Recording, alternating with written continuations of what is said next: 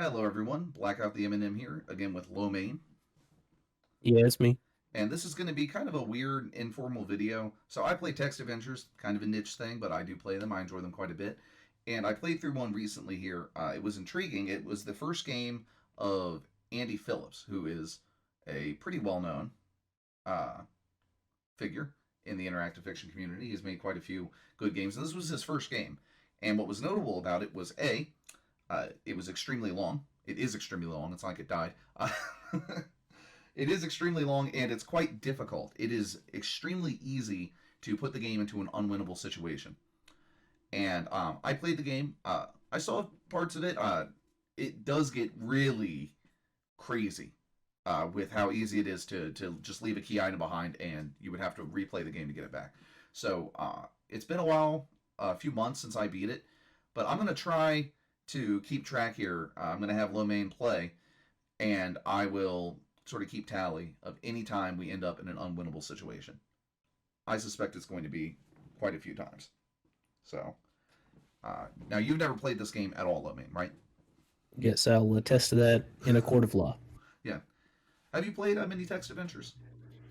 No, I played a couple with you. I remember I played Zork online once when I was very young.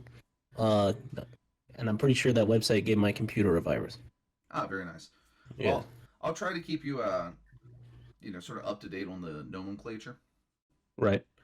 And yeah, let's begin. So the game is Time. All things come to an end. Time travel game, big epic adventure, pretty cool. So prologue, breakthrough. Due to the circumstances and lack of developments in your project so far, your contract will be terminated, effective immediately. That's what he said. Some stupid corporate moron sitting in his office, wearing a daft suit and Digicorp Technologies tie. Years of work, dozens of failed experiments, all the effort simply to be phased out by a bunch of stupid company directors. As you stand alone in your laboratory thinking about what might have been, you feel desolate. If only the blasted machinery would work. Indeed. So we just push space to continue, it says. Yeah, Time. All things come to Time. an end. An original piece of interactive fiction, 1996, Andy Phillips. So shut off your Sega Genesis and boot up Time. Or your 3DO if you were a rich kid. Your SNES, if you are a Nintendo stan, waiting on the N64. Yeah, and I think my favorite thing about this game is I love the heavy British English. The lab is a complete shambles. Hurriedly stacked pieces of paper make your workbench in the center of the room totally unrecognizable. Steps lead up to the rooftop. The lab storeroom is to the north, and the exit from the laboratory is to the south. In one corner of the lab is the direct on excuse me, in one corner of the lab is the result of what is, in effect, your entire life's work, the translocation machine. So I suppose I have control now. Yeah, the power's in your hands. So standard Oh, hey, Marv. NWES. You can type L if you just want to get a repeat of the room description. You can Yeah. type X to examine. X. Good idea. It's short for examine. Examine. What do I want to examine? Let's see. Yeah. Examine the paper. The many papers on the workbench represent your past labors on this project. Some contain various notes you have made during the course of your work. Others merely useless pictures and scribbles. So you can read the I better paper. take. Yeah, I better read that paper. Might make you take it first. I'll just give you I the better example. take paper. All right, so just Oh, L. okay. That'll repeat the room description for us. Of course, yeah. All right. So from outside the building comes the muffled sound of thunder. So you can X the workbench if you'd like, or just X bench. X.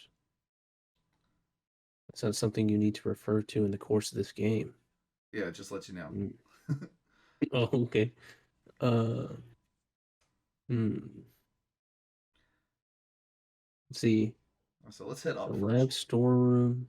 You mean north? No, I mean up. Up. We go up. Yeah, U. Yeah. U? Yeah, it's NWESUD, or standard directions. Okay. All right, so roof. The roof of the Digicorp Technologies building is an empty expanse of concrete. A strong wind causes ripples on the surface of various puddles of rain, providing strong evidence of typical English weather. Peering over the edge of the roof, you can see the lights of the Chelsea area of London stretching out across the landscape. Steps lead back down to the laboratory. A dodgy looking piece of wire at one side of the roof serves as the building's lightning conductor. The sky is suddenly illuminated by a flash of lightning in the distance. Hmm. Now, I will say one of the. Now we can go back down now. One of the components, what am I saying? One of the mechanics of this game is the ability to examine and search. So examine is like looking at it, and searching it is actively, searching through it. Yeah, let's examine this dodgy piece of wire, though. So if you decide to play through this game on yourself, if you ever find yourself missing items, remember that, like, if you find a dead body, just as an example, you should probably search the body, not just examine it, just look at it. You should probably search through it. Yeah. Search the pockets, If I search the wire, do you think I can take it? I take the wire. I feel like it might try to electrocute me if I take it. Well, you can try to take it. No, that's fixed in place. So if I search the wire. Yeah, S is south. It's short for south. Oh, yeah. So that you got to type out in full. Search is kind of controversial. Not all games use it. I like games that do. Listen, wait. So we're just going to go back down to the laboratory. Okay. Yeah. Type verbose. Yeah. We want it in verbose mode, so we always get full descriptions. I hate the brief mode. All right, so we're back to the laboratory. Yeah, try searching the papers. Okay, yes.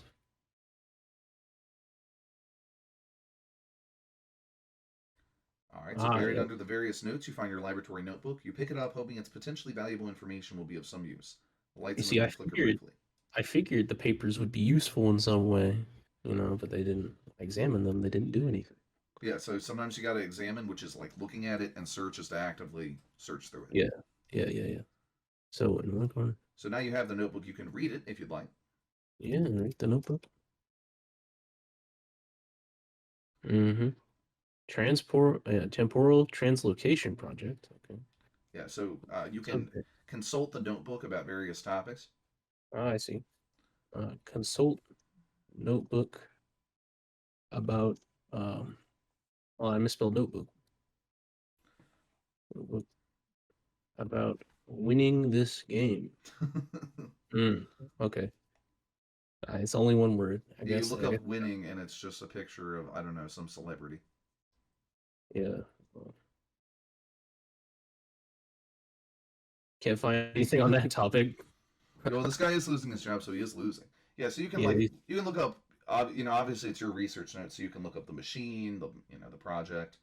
Mm-hmm.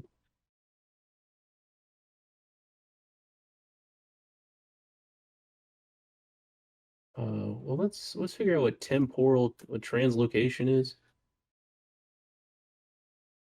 See. Temporal translocation machine which aims to implement travel between two temporal gateways, establishing a corridor between the gates using the void as the travel medium. Travel involves acceleration of time defect between entry and exit points. So far, no success recorded in the project. In other words, a time machine involving almost instantaneous travel. Of course, you have to get it to work first. Okay. The old bang it with a wrench technique. Okay. Let's see. Let's just look around again. Yeah, so it reminds me. Let's search the workbench, but it said that was an object we wouldn't refer to. So yeah. Yeah, that's a default message from Inform. Yeah, from any noun that's not in the list for the game. Yeah, well, anything he didn't bother to type a specific response for, it'll just give you the default. It only happens a few times, which is good because it's a lot of work, but you should try to write specialized responses for every noun you put in that people would interact with.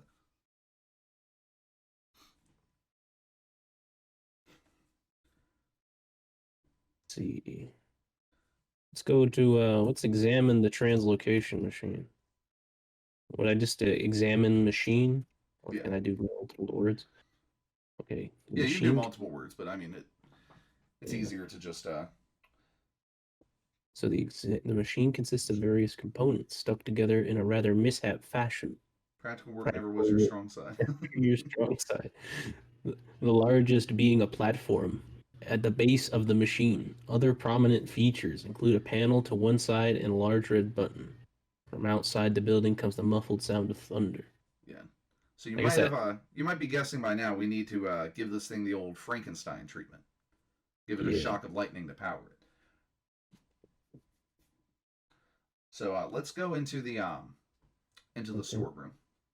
Yes, the storeroom to the north. I've been thinking about that. I just didn't want to leave this room because who knows, it might become unplayable after we leave it. No, it's pretty kind to you in this first section. Although you can die here, I think you might have figured out how. Yeah, I was thinking you might be able to get electrocuted by the wire in the roof. Yeah, you can get struck by lightning. I'm curious if you'll end up getting yourself shocked. So let's see. The storeroom is not in the mess the laboratory is, primarily due to the fact that it is almost completely empty. Most of your things have already been taken away by Digicore officials, leaving a shelf on one wall as the major storage place inside the room. A triangular picture frame hanging on one wall catches your attention for a reason you are unable to determine. On the shelf are a small screwdriver and a short length of cable. Mm. I'm definitely gonna take that screwdriver and the cable.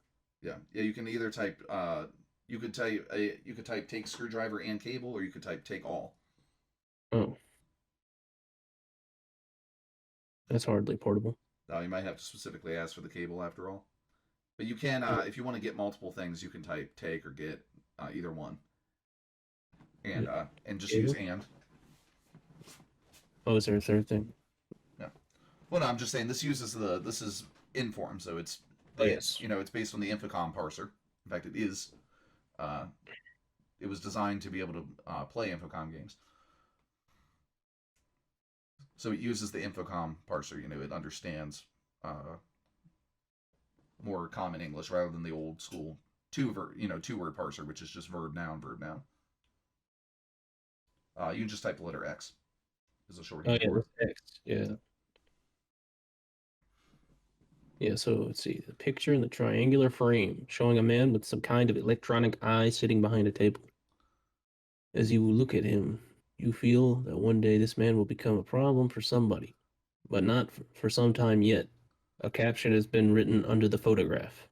Time is but a series of increasing triangles. Okay. Gustav Ernst III. Now that's what I call foreshadowing. Yes. Let's see. Let's get the look of the thing again. Okay. And Yeah. So we're about good here. We can I head don't back think to there's the main anything room. here. Yeah, I don't think there's it. So we go back to the laboratory. See, let's go.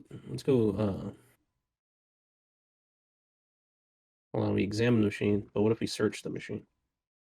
Yeah, nothing interesting. Okay, so we Yeah, let's see here. examine the machine again. Unprominent, but other prominent features include a panel to one side and a large red button. Let's see.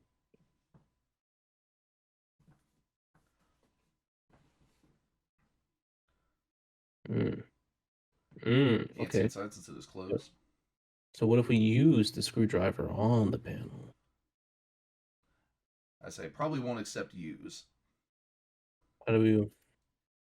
What verb is it then? You usually need to use a specific verb. It would be unscrew panel, or you could type unscrew screws. Yeah, unscrew Panel with panel. screwdriver. Yeah, so now just type with screwdriver.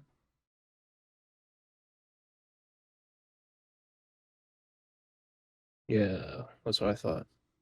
So inside it, you see the machine's power source. So examine source. This is a small spherical object about the size of a cricket ball. Oh man, this is a very British game. Connection.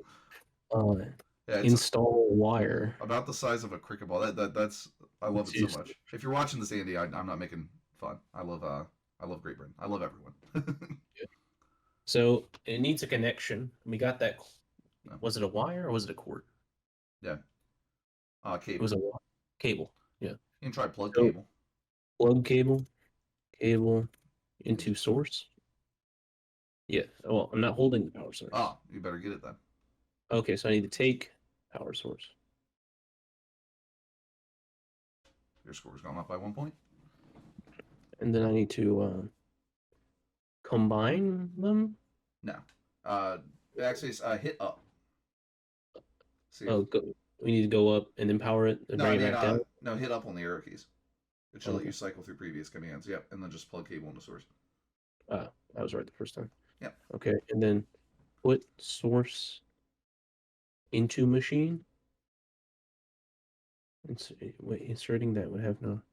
Yeah, inserting that would have no beneficial effect. The power source hasn't been charged. You gotta go upstairs and put it to the wire. Okay, so now it says it hasn't been charged. So like charge. We have the wire up here, right? That's what it's called. Yeah, the wire. We use, I'm gonna guess that we just charge source with wire. No. I say it's right Yeah. here. Try If I try taking the wire. yeah, try maybe try tying the cable to the wire. Tie cable to wire? Yeah, and you can also X the cable. That might give you an idea as to why this works. But I already put the cable into the. Well, that's okay. You can still examine it. Okay. The cable is about 3 meters long and is made of bare wire. Ah, yeah. So it's just a bare piece of electrical wire. I see. So if we tie the cable to the wire, right? Yeah, I will say I solved. And I got electrocuted, didn't I? There we go. Let's restart. Yep. Restart. But now we can speed run it. Yeah, we can speed run it. So we got to go into the storeroom. Yep. And then you can type take screwdriver and cable. That would be something to watch the speed run of a text adventure, because literally it's just a person typing commands. Yeah, typing the correct commands as quickly as possible. I don't know if anyone's ever done it. I would love to see it. Let's see. And so we need to go back. We need to go south. All right. We need to go X papers, search papers. Yep, and now we have the notebook. We can unscrew the panel. Yep, well, yeah, I think we can do it from here. I don't know if we have to. Yeah, I'm going to quickly get us to the next part. Yeah. Because I solved the first 3 parts before I need to look at the hint, so. Unscrew panel with screwdriver, take source, right? Yep. Take source. Let's go up. What do I need to put the cable into the source? Well, let's go up. Okay, go up. And let's save. Now let's try tying the cable to the wire. Because if you remember the death message, it said the source in our hands got charged and blew us up. So let's see what happens if we tie the cable first. Okay, tie cable to wire. Let's see if it does it here. What says the attaching the cable to the conductor would have no useful purpose. Oh, yeah, that's right. Again, I did solve this. I just had to. I had my old notes that I took while playing, as well as a walkthrough in case I get really stuck. But yes, it's the most obvious thing in the world. So attach the cable to the source. Attach cable to source. Yeah, or plug cable into source. All right. Now, considering the source was in our hands and fried us, what would make the most sense? Putting the source down. So. Yeah. So drop source. Drop source. And now we can tie the cable. Yeah, tie cable. For the record, I do think that this is quite a good game. It has some really awesome puzzles in it. So this is not to make fun of the game. It's okay for a text adventure or any game to be super duper hard. I just think it's going to be funny to showcase how quickly this game ramps things up. So we already have 1 death, which would definitely make the game unwinnable. So I'll make a tally of that. Yeah, we have literally losing the game so far. We should have read that death message. Yeah, we didn't really read it. Let me just go. Yeah, you can scroll up real quick and we'll read it. Go back up. Or does it not let me scroll that far? Yeah, I don't think it. Once we had to load the save again, it wiped it. Yeah, but yes, it just says that holding the source in your hands, you get fried. So. Yeah, I knew I'd be electrocuted if I didn't do things right. So I basically just skipped it. Okay. So yeah, there's a flash and it strikes the conductor, electric pressure through the cable into the power source, so it explodes, disintegrates, Yeah, so the leaving the source power has been around. charged. The cable disintegrated. The power source glows. So we can now take our source back downstairs and put it into the machine. Well, we should save. Let's save.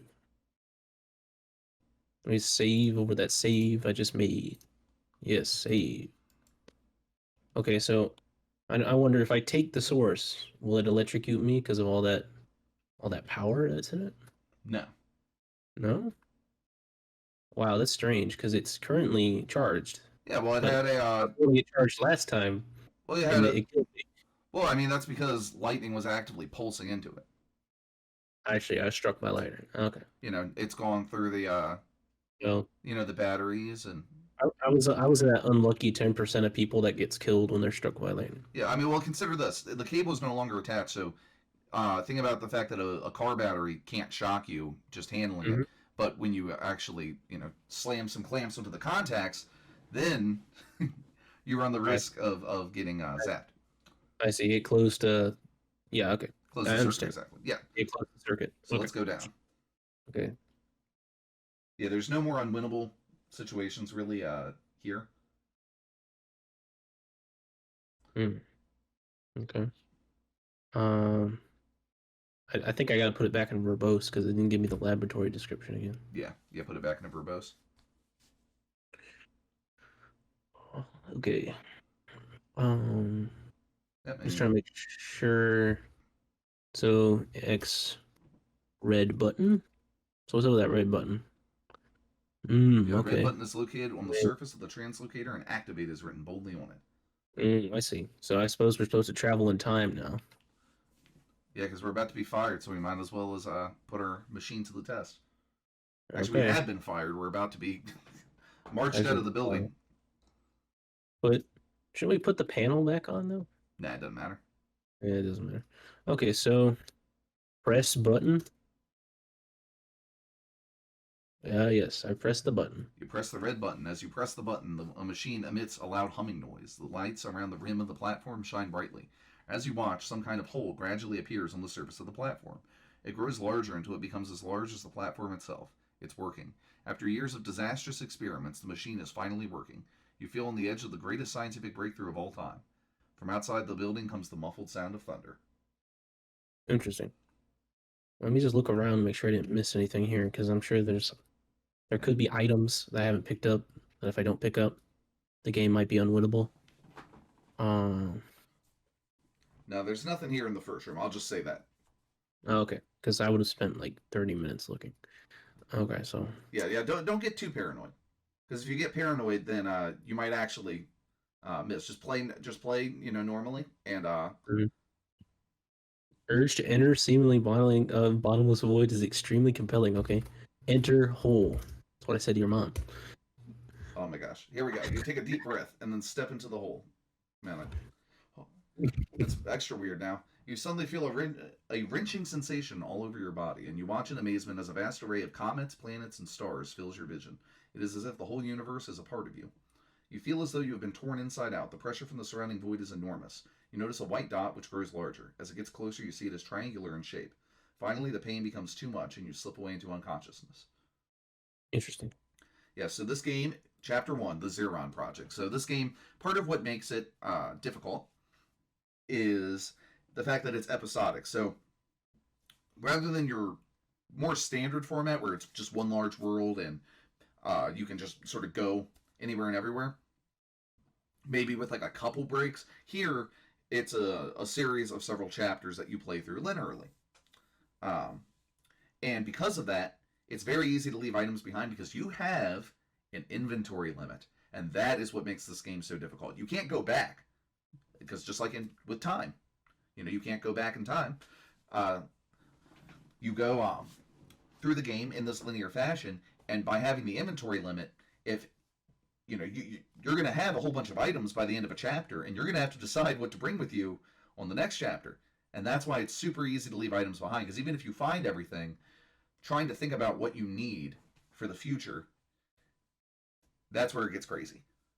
So Yeah. yes, chapter 1, And garbage bin. even if you did have an unlimited inventory, I bet some of these items like the notebook, which was hidden by the papers, would be difficult to find without knowing in the first place. Yeah. Yeah, Okay. Just we got more here. yeah. I will say you don't need the notebook to win the game, though. It's just a handy thing to be able to read some exposition in. Okay. So let's see. Garbage bin. As you slowly come to your senses, you see that you are covered in items of junk. Gradually moving it aside, you realize that you are in some kind of rubbish tip. At any rate, it certainly isn't the laboratory. Although you seem to have survived the trip, your possessions appear to have been lost somewhere on the way. Or should that be some time?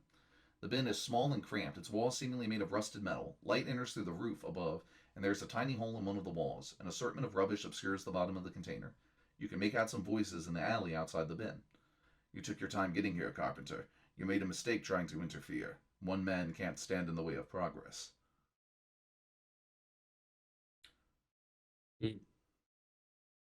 All right, so see on the rubbish heap. Let's examine the rubbish. The rubbish consists of various pieces of paper, squashed aluminium cans, and other useless items. One item which does catch your eye is a newspaper buried among some of the cans. You can hear a man's voice in which you detect a sense of fear and urgency. Is that what you call it? Progress? Who for? Killing me won't stop anything. The security of the complex is foolproof. It's my Dr. Kleiner voice. Yeah. I wonder, do I need to stop that guy from getting killed to win the game? Like if I get this paper, will he get killed in the next frame? Again, don't get too paranoid. It's okay if you make the game unwinnable. That's when I'm going to tell you you made the game unwinnable. I saved right before I went to the machine. It wouldn't be too much time. Time has caught up with you. You make a substantial amount of noise due to the conditions, taking that newspaper, friend. There is a brief silence. You lie as still as you possibly can, the tension growing with every second that passes. There is a brief whining noise from the direction of the alley. You hear something fall to the ground. You notice a shadow falling across your body. It seems Carpenter was wiser than I thought. He didn't try to take me on alone. Too bad. You almost got away with it. A spherical object lands in the rubbish next to you. You barely have time to react before all the contents of the garbage bin, including you, are vaporized. Time has caught up with you. In that game, you scored 4 out of a possible 20 in 22 turns, making you a crazy scientist with no brain whatsoever. That was cheap. All right. All right, so restore. Restore. Yeah, we'll restore the saved game. Okay, so where are we at? We gotta go down. Put source in machine, I think. What? I don't see. I'm in the laboratory. Hold on, I gotta set it to verbose. Yeah, and then your inventory. I never picked it up. Remember, the source is on the ground. Yeah. Yeah. And so you should save again just before you enter the void. Also, Enter the Void, great movie if you haven't seen it. Hold on a second. Save failed. I didn't save it. Yeah, so put source in machine. Yeah, press button. Press button, sure. And then you can save and then just enter void or enter hole.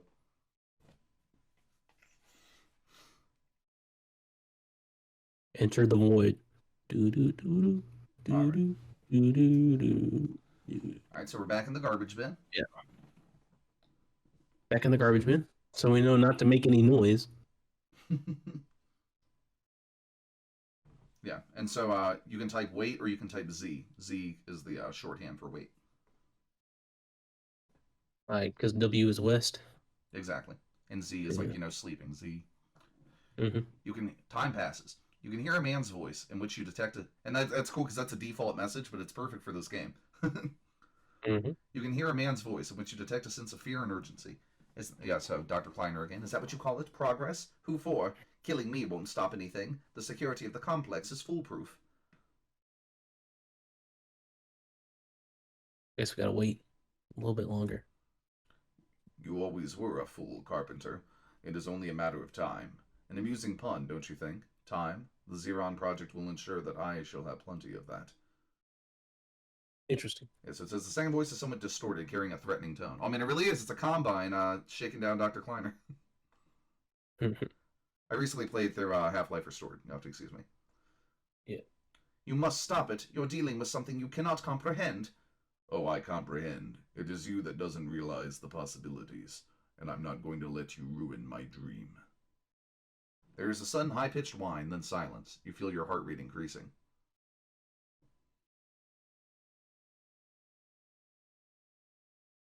I feel like we should wait one more because he's still there. You know, we gotta wait for him to walk away.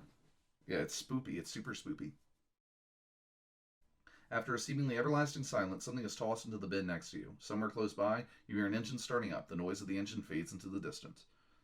Yeah, so that's number two. Yeah, making any noise.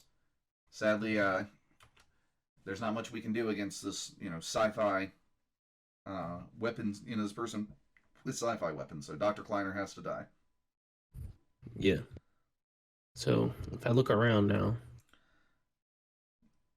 oh, a gun. Yeah, and there's a tiny hole in one of the walls. You can look out that hole if you Oh want yeah. to when during the thing, and then you can actually see Mm. what the person looks like who's committing the assassination. But you don't have to. In fact, that might actually kill you. I'm not sure. Yeah, because you make noise moving. Yeah. In fact, yeah. I think if you try and look at the hole, it makes noise and it kills you. I'm not positive about that, but yeah, you just gotta wait it out. Yeah. It says you Yeah. make a bunch of noise, but it doesn't matter now. So we have the gun, and you can X the gun. It says nestling amongst the rubbish is a strange-looking gun. At least you assume it's a gun. And then Yeah. So wasn't there a newspaper? yeah. Oh There's no yeah. newspaper. Well, remember, you had to search through the cans to find it. Oh yeah. Search rubbish. Yeah, there you go. And then you can just call it a paper if you want. Take paper and cans. The crumpled newspaper. Oh yeah, so just type crumpled newspaper. Take. No, just type crumpled newspaper. It's asking you what you want to take. Oh. So just type crumpled newspaper. I thought that was an error message. No, it's a disambiguation message. If there's multiple, in this case, that's why I told you to say paper. I wanted to get one of these messages. Yeah, so in text adventures, for those who don't know, this is kind of a half tutorial now. Yeah, if you refer to something that could refer to multiple things, like the paper could have referred to the mess of papers and the rubbish or the specific newspaper, it'll give you a disambiguation prompt. And it'll ask you, what do you mean? And so then you just type which one you mean. Yeah, so the rubbish is of no use to us. So we have our newspaper, we have our gun, we can read the newspaper. Of course. Yeah, so paper, see, and that's why disambiguation message is useful. So read newspaper. Your eyes are immediately drawn to the top of the front page of the newspaper. The date reads July 20th, 2065. You read it again, then immediately pinch your arm to convince yourself that this isn't a dream. The implications of what you have just learned are staggering. The machine worked. Your joy turns to despair, however, as you realize you were stranded here, unless you can find a way to open a time corridor back into the past. Yeah, you're going to have to call on James ABG in. Yeah, so we read the newspaper, and you can X the gun. That's another standard tip for text adventures. Just examine everything you get. The gun is a long rod-shaped object with a bulky bit at one end. You guess you could use it if you had to, but the actual mechanism is beyond your comprehension. Cool. So how do we get out of here? I guess we gotta go up. Yeah, to the alley. The alley is narrow and dimly lit, running between two buildings. Next to the western wall is a garbage bin. The alley ends in a brick wall to the north. The light is somewhat brighter to the south. In the shadows of the alley is Carpenter's corpse. There's a reason I use the dead body as my example for search, yeah. Yeah. Search corpse. You briefly search the corpse. The killer seems to have done a pretty thorough job, as you don't find anything useful. As you finish searching the body, there is a murmuring sound from the direction of Carpenter's mouth. He's still alive. You look around for help, but nobody is in sight. Carpenter starts to speak with his dying breaths. Please, no time. Time. I don't know why I'm not giving him Kleiner's voice anymore. You lean forward, trying to hear what he's saying. You must stop the project. Xeron project. The keystones. Time and danger. The apartment. Key to apartment. Hidden down in the... Carpenter suddenly becomes still, clearly now dead. Your mind races. What was he trying to tell you? So obviously there's some clues there. If you were playing the game, you would probably note down some of these things. Let me go ahead and do that. No, I already have my notes. Oh yeah, you already got your notes. So but I mean, if you want to, I mean, again, you're sort of playing it, and I'm playing God since I've beaten the game before. Okay, so he says we got to stop the Xeron project. Stop the Xeron project. Yep. There's some keystones. Keystones. Yep. There's the key Times to in the danger. apartment. Key to apartment. I see. All right. So the alley ends in a brick wall to the north. The light is somewhat brighter to the south. Mm-hmm. I really like the level of detail he has in this game. That's one thing Andy does well. Uh, it's never like overbearing, like where there's just tons of paragraphs. It's economical. The quality of his prose would improve later on, but he already got the economy of words down pretty well in this first game. Yeah.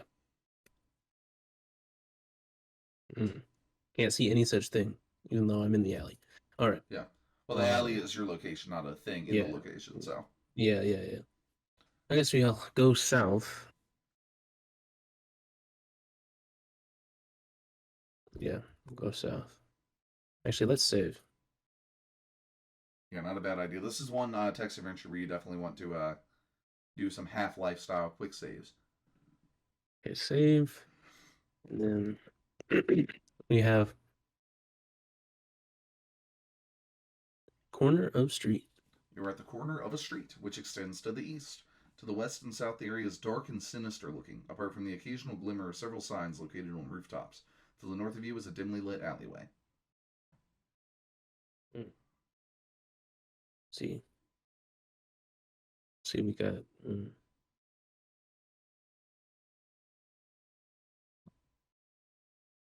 Let's read the signs. The signs seem to advertise various companies and corporations. Many of them you have never heard of before. Interesting. Yeah, he's like DoorDash, Grubhub. What are these things? Hoggers, based, cringe. What does it mean? Yeah, I mean this is 1996, so that's how it is.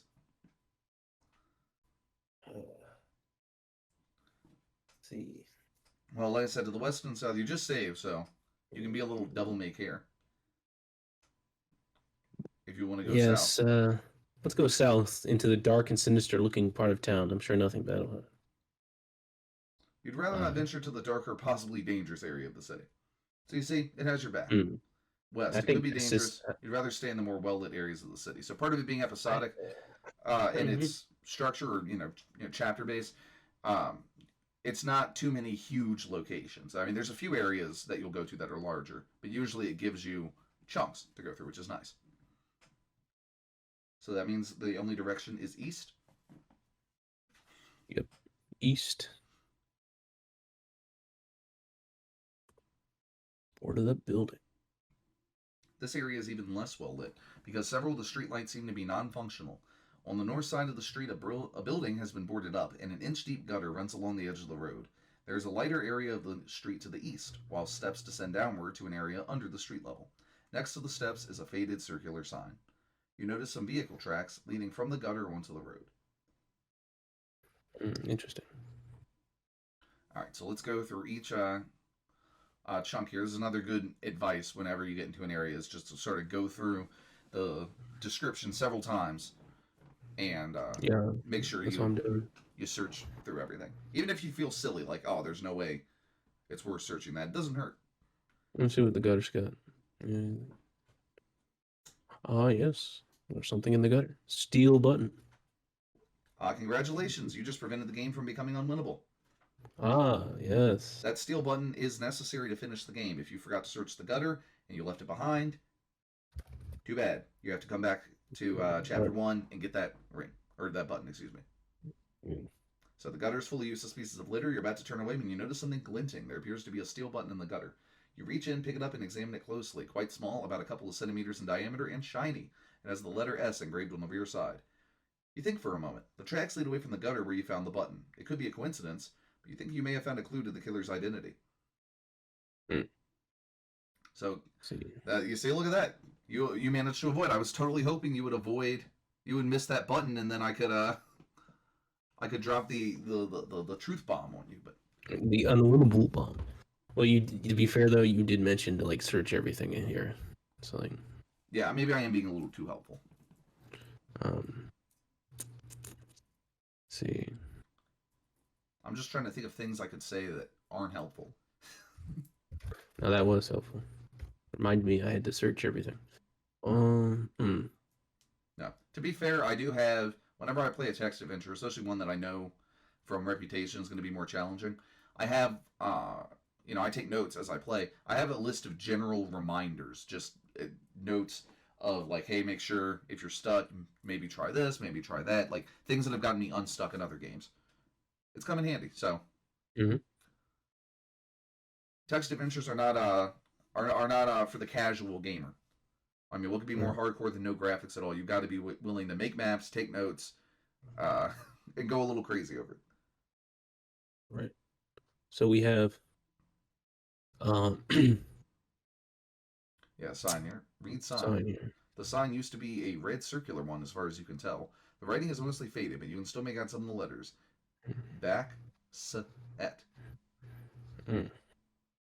I'm thinking Baker Street, but Yeah, Baker a Street. street sign, a street sign that's red and circular, it just doesn't make sense. Yeah, Baker Street. Just a reference to good old Sherlock. Yeah. Okay, let's see what else here. Mm, see, examine building.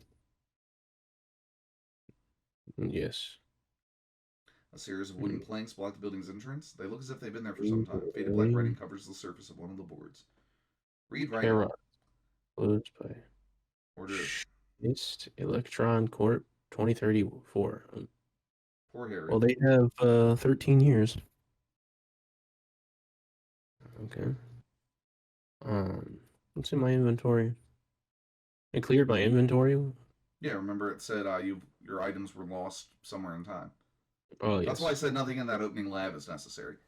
Right. But here in chapter one, it starts right away. Again, that button is required to finish the game. So, yeah.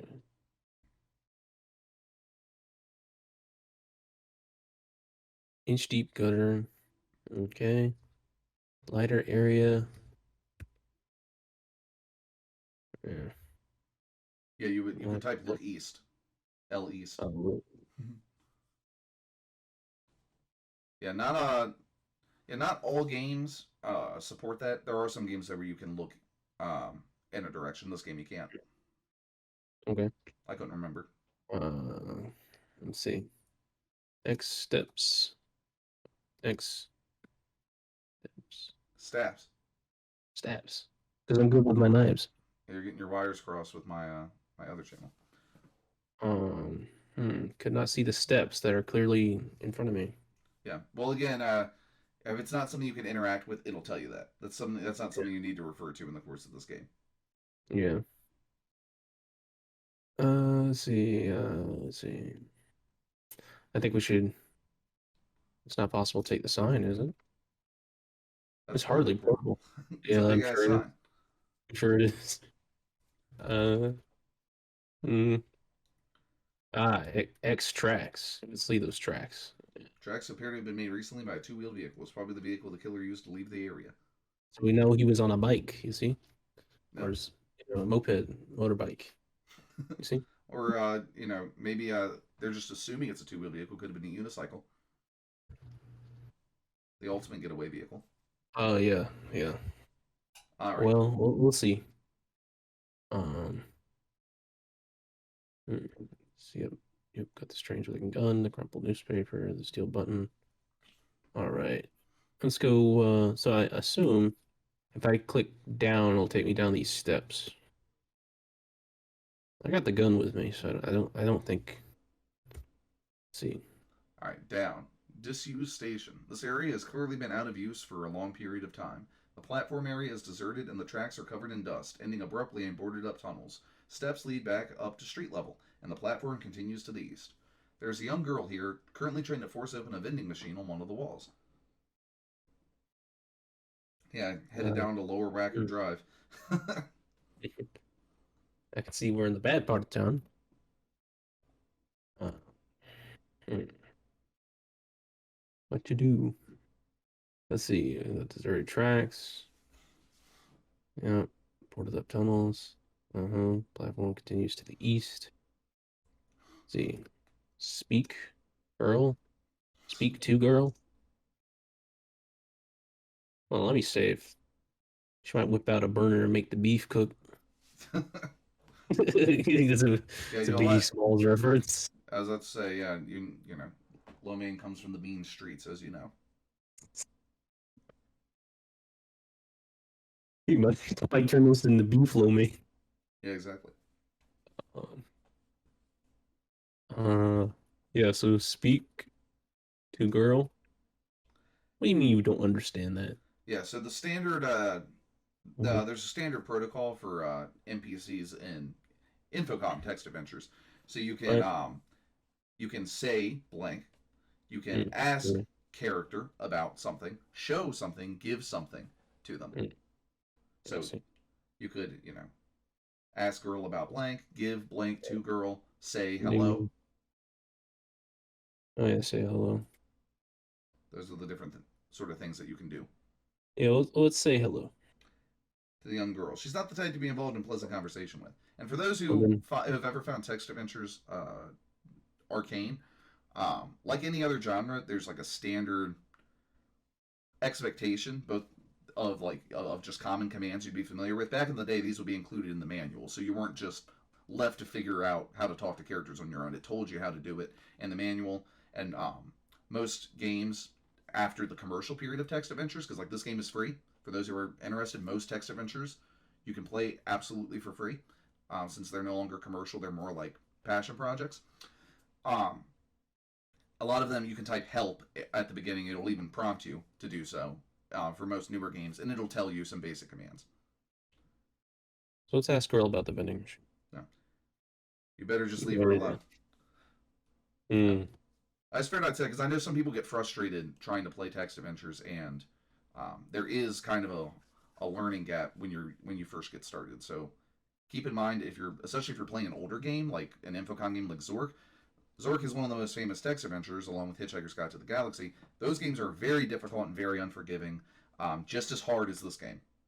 Hitchhikers is extremely difficult to complete without hints, and you need to have read the manual to do well. Like, don't think you can hop into Zork without reading the manual, and some of the other things that the game originally came with, and win because that's not realistic.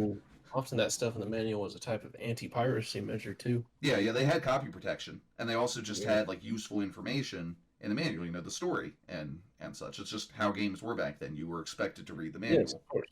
So Yes. anyone who's ever been frustrated playing Zork or any other text adventure, just make sure you're reading the documentation before you take it out in the game because the developer expects you to have done so. You wouldn't use a library without reading the documentation, would you? No. Yeah. That's a coding, I guess, if any of your viewers are programmers. Yeah, it's like that old joke about the man who can't read who goes to the library. Hmm. How does it go? Well, there's a bunch of different versions. Like sometimes he'll he'll like bring back a small book and be like, "I'm sorry, I need a larger doorstop." Like he doesn't realize what it's for. There's a million different versions of it. Some of them are inappropriate. Some of them are very family friendly, like the one I just said. Right, right. But anyway, yes, let's keep going. Getting a You better weird not let tangent. YouTube hear you say one of those dirty ones. No, man, I only tell family friendly jokes. It's a family channel. Oh yes. No swearing on my Christian server. Oh yeah, you should. Yeah, good thing you told me. All right, let's keep going. Yeah, So so I want to go east because this platform continues east. Yeah, it doesn't look like there's anything else to search around here. Oh, actually, wait a minute. I say that, but let me examine the vending machine. Hmm.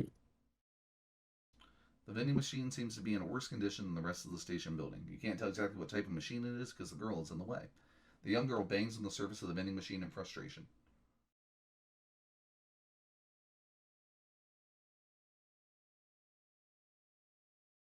As you start to move over to the vending machine, the girl turns and gives you an ugly look. You decide, perhaps wisely, not to argue with her. The young girl mutters a few choice curses. All right, we'll leave it for the moment. But I don't know the vending machine. I think I might need something that's in it. Yeah, I need Gotta figure out that. a way to get that thing open. I need an ice cold RC.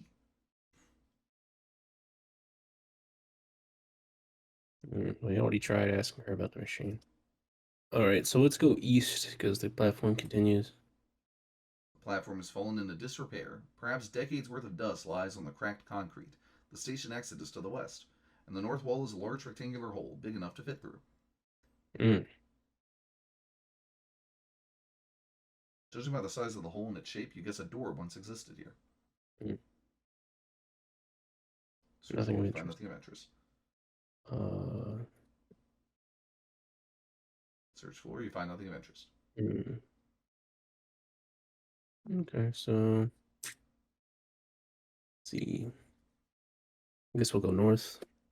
Lavatory. You're in a foul looking Mm. lavatory. Graffiti has been written on the walls, the pipes have practically rusted away, and the area smells of unnameable chemical compounds. Most of the toilets are non existent, though one is still standing. As you enter the lavatory, you hear a noise behind you. Turning around, you notice the young girl has entered, standing in a position which effectively blocks your exit from the room. The fact that she now holds a glowing knife in one of her hands would suggest you are in a somewhat messy situation. I'm gonna try shooting girl with the gun, but I think the gun's gonna backfire. You Yeah. aim the gun at the girl thug. She looks less uncertain and starts to back away. You start to fumble with the mechanism, unsure of how the gun works. The girl starts to laugh before running the knife through your body. Time has caught up with Mm. you. Okay. Yeah, We okay. got a new score, though. In that game, you scored 5, making you a dumb scientist with a brain the size of an atomic particle. Ah, yes. Okay, Moving that's up in the world. improvement. We're moving up. On up to the east side. Okay, so where am I in this save? Look, and verbose. Okay, I'm in the station with the girl. That's good. I haven't spoken to her yet. So I wonder if I don't speak to her, does she still follow me? Hold on a second. Hmm. How am I supposed to learn how to use the gun?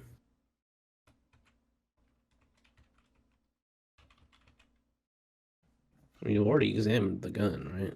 Yeah, the gun is a long, broad-shaped object with a bulky bit at one end. You guess you could use it if you had to, but the actual mechanism is beyond your comprehension. Can you try shooting it just now? Shoot gun. That would hardly help matters. I'm trying to make sure I know how to shoot it when the girl tries to attack me. I will say that this puzzle is a little difficult.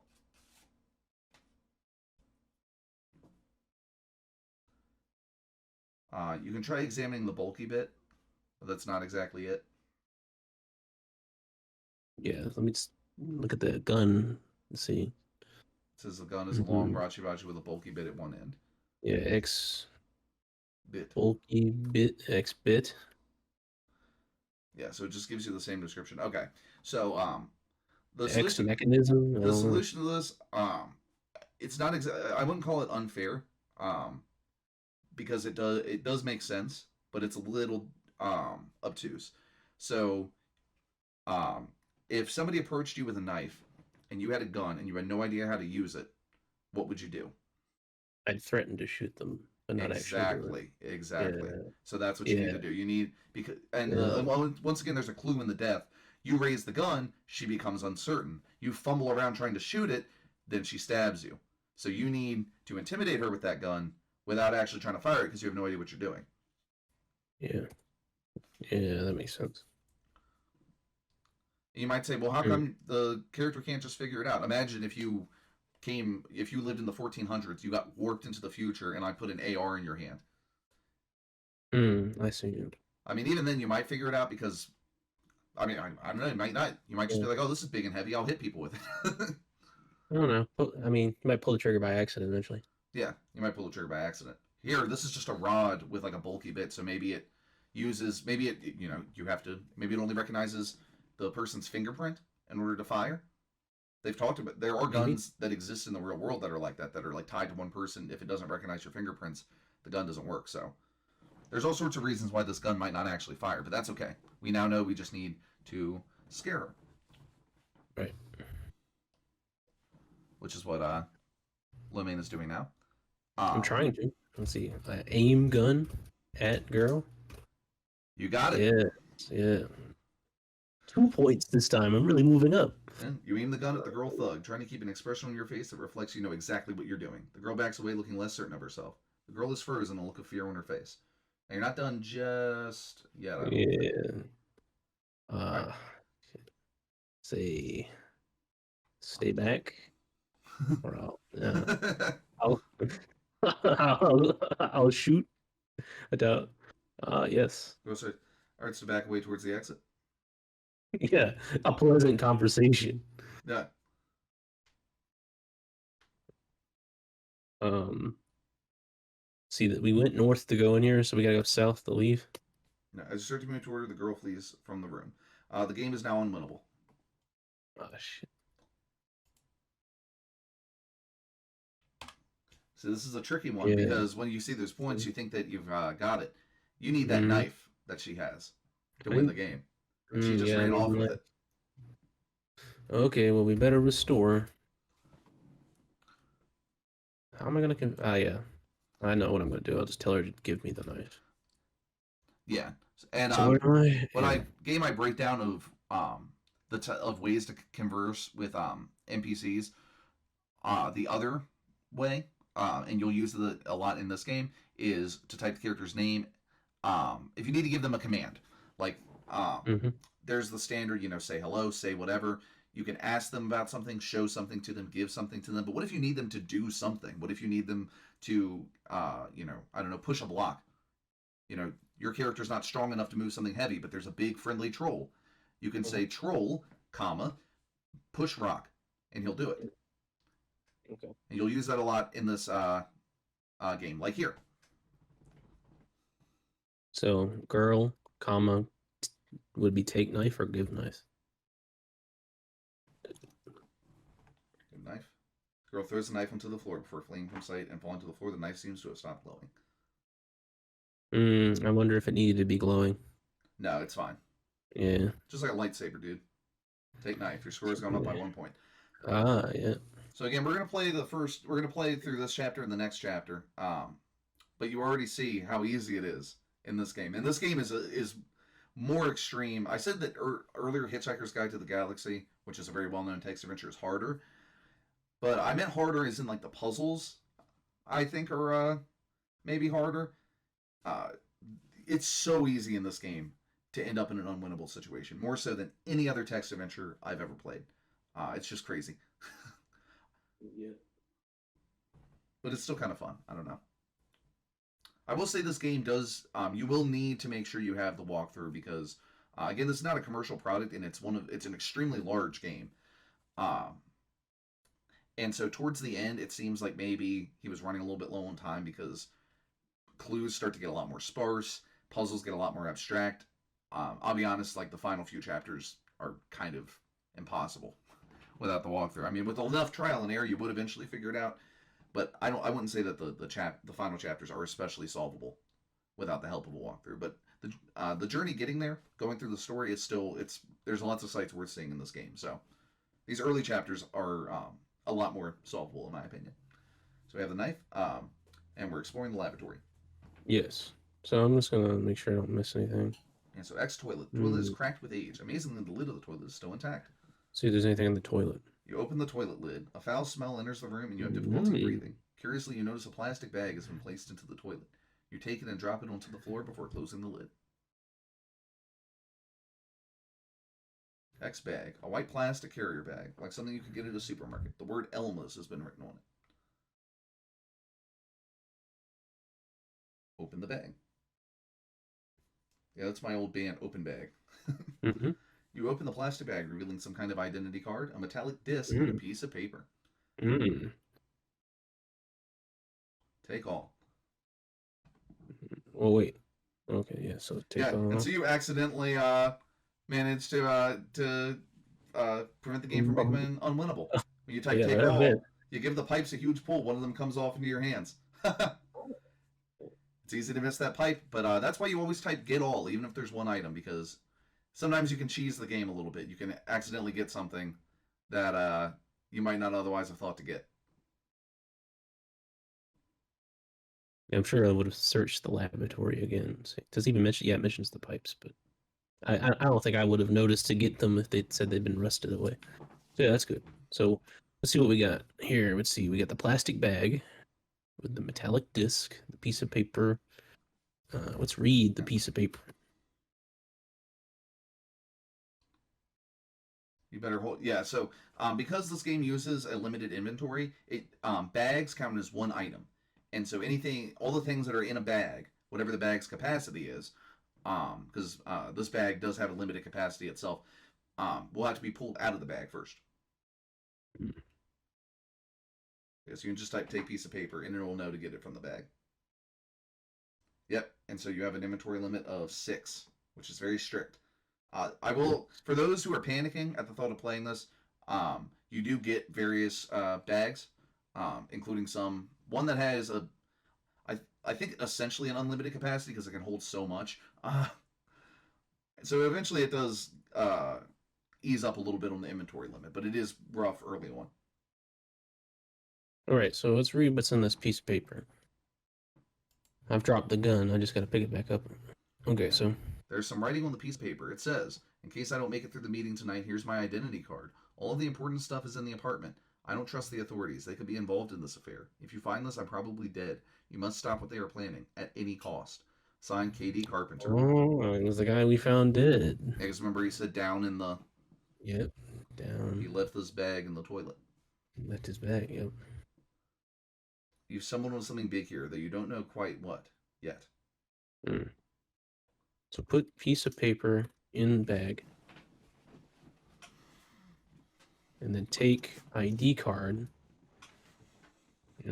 Read ID card, because it's going to have his address on it to let us know where to go.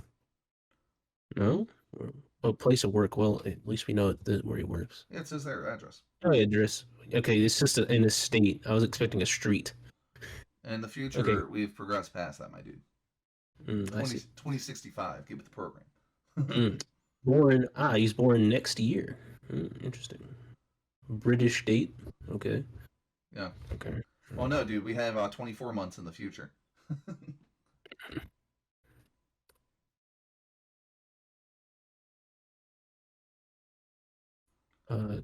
Take metallic disc. Not Dick's disc. From bag. There you go. Your score's gone up by 1 point. Well, I haven't examined it yet.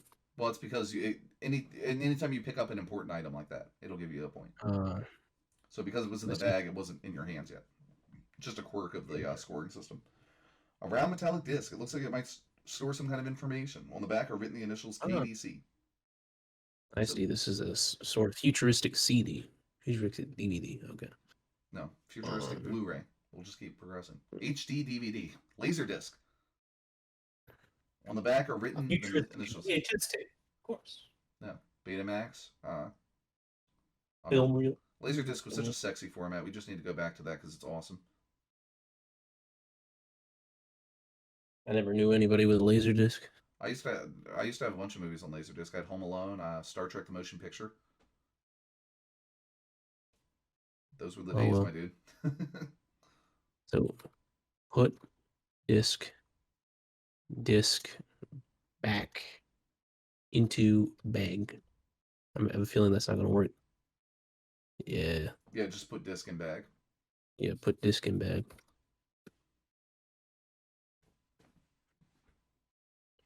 And then take gun, because I dropped the gun to take stuff out of the bag. Okay, so let me just make sure I have the gun in my inventory, everything's sorted. See, can I put pipe in bag? No more room. No, there's no room. So is the bag only 3 items, or is the pipe just too big? No, the bag is just 3 items. It's not based on size.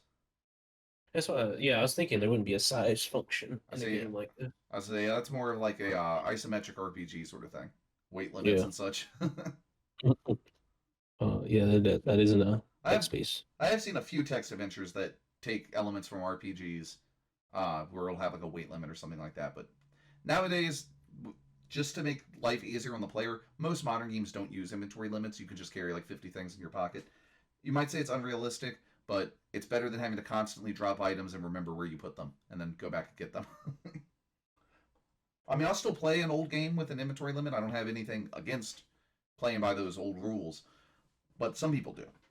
And I understand why, because it can be very, especially in the case of this, where it's so easy to leave items behind, like that button. Mm-hmm. And What makes it even more mean as it already is in this game, is the fact that it's not always apparent. Like you could get 3, 4, 5 chapters later and need that item then, and you'll have no idea that you need it. Yeah. So we're going to read the graffiti. Yeah, read the graffiti. The graffiti. That's how they pronounce it in the UK. That's not actually how they pronounce it. They do say urinal instead of urinal, and yogurt instead of yogurt. The graffiti covers the walls of the lavatory. One of the pieces of writing says, Adam Jones is a nutcase. Yeah, Adam Jones is the nut shack.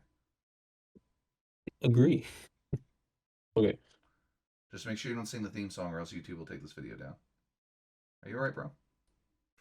Yeah, I'm just idling there, typing the. And then all right, let's get going. practicing my making sure the carpal tunnel stays fully in swing.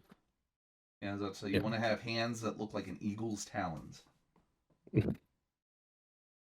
So is there anything I can get in here? Read the graffiti. Got in the pipe. We examined the pipes. Already took pipe, but let me try taking pipe again. One is quite enough, otherwise you'll end up smelling of rust. Okay, well, how do you know I don't like that? Okay. Yeah, rust body spray. Rust. Do you want to smell like a crumbling industrial complex in the old Soviet Union? Then yeah. Try rust body spray. The crumbling infrastructure set. I've actually seen some really striking photography taken in like crumbling Soviet buildings, like factories and such. Yeah.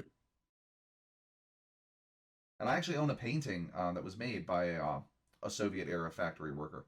The guy I purchased it from used to live in Russia. I see. Flakes of rust are all over them. Can I take some rust? You might say, Blake, did you just flex about your cool Russian painting? Yes, I did. It's actually a very nice painting. I wish I bought the second painting from the guy actually, because it was a really cool minimalist piece that incorporated multimedia. He used nails that he hammered into the canvas to symbolize workers like leaving the factory. It was awesome. Yeah. But I only got the one. I didn't have enough room for 2 huge paintings. This is a pretty big painting. Anyway. All right.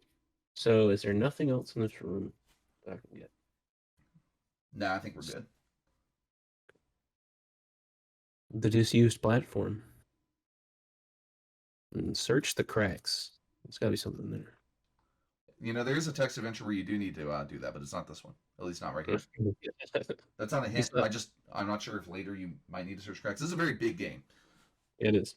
Like obviously you can't exactly tell just from watching this how long it is, but I'd estimate that if you were to only use a walkthrough as an absolute last resort, try to play through the game without using hints, make a genuine effort to solve each puzzle as it comes, you could probably spend, I don't know, depending upon how good you are, and of course the fact that you might have to go back and replay portions to find items you might have missed, you probably play anywhere from like a month to 2 months.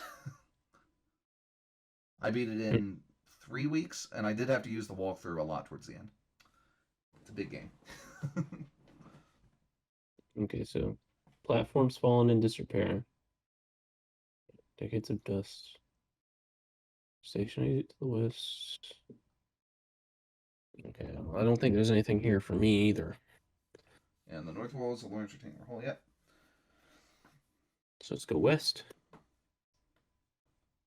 Okay, so see, the area has clearly been out of use for some period of time. Tracks. We'll search the tracks. That's not something you need to refer to in the course of this game, silly Billy. Okay. Also, this is not a hint, but just so that we don't have to replay anything, make sure you save periodically. I just did. Oh, you just did. Oh, well, there you go. Okay, so examine the platform. Let's see, examine boards or boarded tunnels. That's not something you need to refer to in the course of this game. Just boards? No, can't see any such thing. Okay, well, There's the vending machine. I'm just trying to make sure I cover all the bases. Yeah, so let's... X vending machine. The vending machine seems to be in a worse condition than the rest of the station building. On the front is some kind of slot that was presumably for coins when the machine was functional, but has since been blocked up. The girl must have been trying to get whatever money was left out of the machine, as there's evidence of forcing on the money box.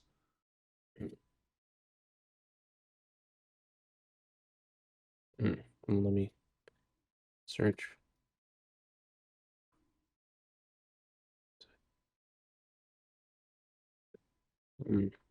So she wasn't quite finished with the job, huh?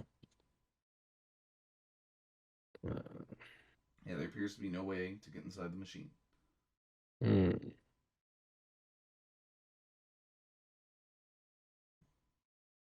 Well, I mean, the vending machine. Hold on, let me examine.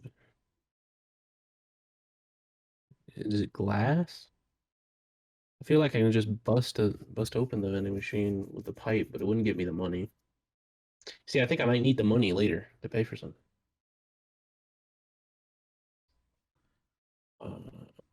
Here's where I don't provide commentary because anything I say could be construed as a hint or an anti-hint. Right. On the other hand, like I said, I will provide context-based hints so that way we don't get stuck for too long because I do want to at least make it to the next chapter. Save scum. You know, good old save scum. Yeah, nothing wrong with save scumming. I just beat Return to Castle Wolfenstein. That game would be impossible without quick saves. Boost machine. Fine. How about clap machine? No. Hit is the verb you're looking for. It hit machine with pipe. Give the machine a hefty push. It rattles back and forth. You hear something moving about inside the dispenser. Search dispenser. What?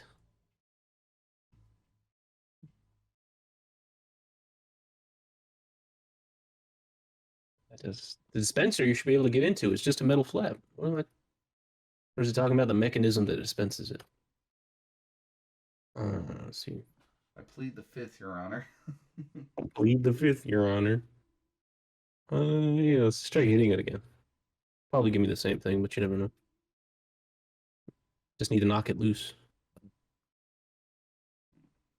Yeah, there are a few games where you'll need to hit something twice, and this is one of them. You gotta hit it again. I kind of hate you for that because, man, oh man, that is such a sneaky puzzle that game designers like to put in sometimes, where you have to do an action twice, but you did it. You figured it out. I did it. You prevented the game from becoming unwinnable. Because yes, sometimes my own genius. It's frightening. Yeah. This is a serious Jeremy Clarkson moment. Actually, that's how Clarkson would solve the puzzle. You know, that's his character. That he is the big brutish one. Sometimes I am astounded by my own genius. The inner machinations of my mind are an enigma. All right, so yep, you got the object. The game is a little less unwinnable now. Yes. So let's see. Another push rattles back and forth. You hear something moving in the machine. Okay, another mighty thump. So I actually hit it 3 times. I just didn't have to do the third one. There's a series of obscure sounds before a tiny object comes out of the slot. It is deposited on the ground next to your feet. Examine object. No, examine object. Object. The object is well, it's only an object because you haven't looked at it. You might try looking around again to see what it is. Yeah. Okay. Thanks. So I guess it's that wad of chewing gum. Let's examine the chew. Oh, no. Yeah, no. Let's examine it. The gum looks ancient. It's even gone moldy in some places. Whatever it was wrapped in is no longer present. The gum is hardened into a solid piece of matter. I guess I better take it. Well, we only have 6 slots, so what do we got to throw away? Yeah, so here's where you have to decide, what do you not need anymore? Well, I don't know how to use the gun, but I don't know how to use the gun, and I have the knife, so I could currently use the knife instead of the gun. At the same time, the knife is dull. How do I sharpen the knife? Rub it against the steel walls or something? Well, you can always X the knife. If in doubt, X it it out. Wait a minute. This is easy. The newspaper I mean, let me just read the newspaper real quick. Yeah, You know, this it basically, newspaper probably isn't anything useful. I mean, it's just yeah, New London Telegraph, July 20th, 2065. Yeah, it's obvious. I don't need this newspaper. It's just a bit of exposition. yeah, and in a lot of text adventures, um, if you're playing one with an inventory limit, it, anything information like this, a flyer, a note, or something, just Hmm. copy the text inside in case there's a clue there, and then discard it. Don't let it take up space in your inventory because Cool. it's very rare. Like sometimes you'll need to use the item physically, not just read it. Like I don't know, maybe it's a journal that you'll need to give somebody someday. Like it belongs to them, and you'll need to give it to them, or I don't know, maybe it's part of a puzzle. Like you have to place a book on a stand to make it open. These are not specific examples, just things I'm coming up with. But usually, you can just copy the contents of the note and discard it to free up the space in your inventory. So, yes, we can drop the newspaper and get that sexy chewing gum. Your score is just going up by 1 point. Let's see if there's nothing else I can do with the vending machine. Still can't believe I can't get into the money box.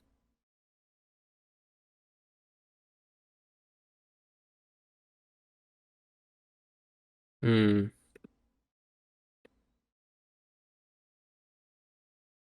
Hmm. Yeah, use is because use would make the game too easy. I mean, you would never have to think of how to use things. You would just use the generic use. Hmm. Has no screws. It'd be helpful if I can just examine the money box, but it just gives me the same message. Uh, To help you out a little bit, money box is a red herring. yeah, it is. Yeah, it's just there to distract you. Hmm. I only say Yeah. that because you messing with the money box won't make the game winnable or unwinnable. It's just a red herring. Okay. Okay. You cannot do anything with that money box. Because I'd be here a few minutes attempting to get into Yeah, it. yeah, cutting it with the knife, shooting it with the gun, all sorts of stuff. But no, you cannot open that money box. I think maybe it's either a red herring or maybe the fact that it says there's evidence of forcing implies that either she or someone before her got the money out. Probably. So it's either a red herring or it's just, uh, money is so tempting that even though it says it's been forced, we're like, no, there has to be money in there. I need that fake video game money. Well, I'm sure there'll be I thought for sure there'd be a situation in the future where we'll have to pay somebody. Maybe like bribe a guard or something. But now think of it, we're gonna be bribing a guard with pocket change. Yeah, in this dystopian future. Yeah. Okay, so I guess we can leave.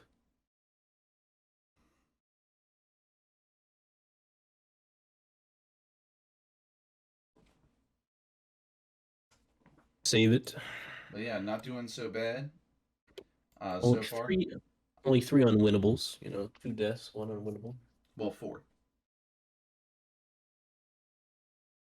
You forgot there were three deaths. Oh yeah, there's three deaths. There's three deaths. One time where I just made the game unwinnable. Yeah, three deaths, and then not getting the knife from the girl. But Yeah. you had prevented two. Got the gum and the button. Mhm. And for now, some things like the bag, I'll say right now, you won't be able to leave this chapter without the bag. Like the stuff in there is required. Like this might be obvious, but just to state it, some things will be obvious that you need to take with you because you need to use them to complete a chapter. Some Okay. things are not so obvious, like the gum. But like we're about to, we're gonna go up the steps. We're gonna go to the next area, and you'll see why it wouldn't be possible to leave that bag behind. You need what's in the bag to go anywhere. All right. I guess you got to show your ID to get in the bus or something. Yeah, yeah, that sort of thing. Again, we're Yeah. right about to see it, so just go up. Okay. Trying to make sure I don't leave anything behind. Let's see. Vehicle tracks. I did the vehicle tracks. Lighter area to the east, circular sign. We did those. Um, yep. Okay. Let's go ahead and go east then. End of street. You have reached the end of the street. There appears to be no way to carry on eastwards. On the edge of the road is a car of some kind. Peculiarly, I can't read, it seems to be hovering some distance from street level. X car. The car is painted black and is strangely hovering above the ground. There is a door towards the rear of the vehicle. Through the windscreen, you can see a man in the front, seemingly taking a nap. Mm.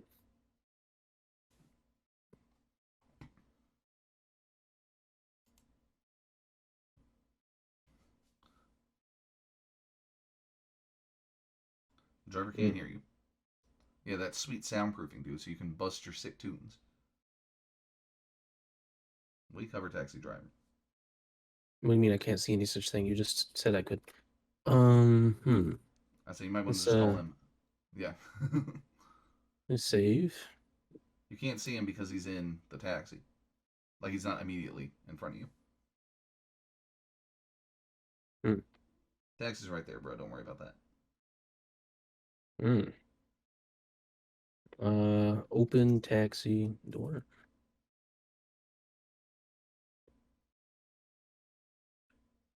Oh, taxed door. Taxed. Yeah.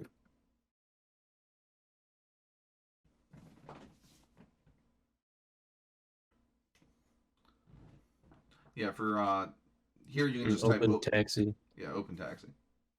That's Isn't something I can open? Open door. Open door. It's being a little obtuse. The door appears to be locked from inside the car. Knock on window, huh? The driver wakes up, then almost absentmindedly reaches for the door and unlocks it. Yes. There you go. Open door. You move to the rear of the car and open the door. The driver inside turns to face you with an obviously fake smile, merely saying, "Hi there, Corpa.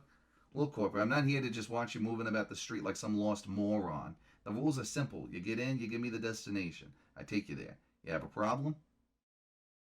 Hold on a second. I want to make sure I don't leave anything behind in this end of street. There's nothing here. Nah, just the taxi. Just the taxi. Yeah, so let me go to my inventory. You seem to be taking your time, Corpa. Well, I'm trying to get, I bet you he's going to drive off if I don't have it. I'm trying to get to the identity card. Well, it's in the bag. You're going to need to get it first.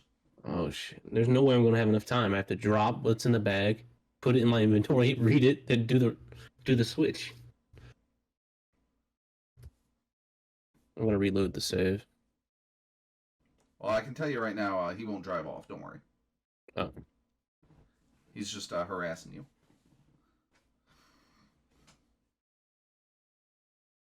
Let me just go ahead and drop the gun.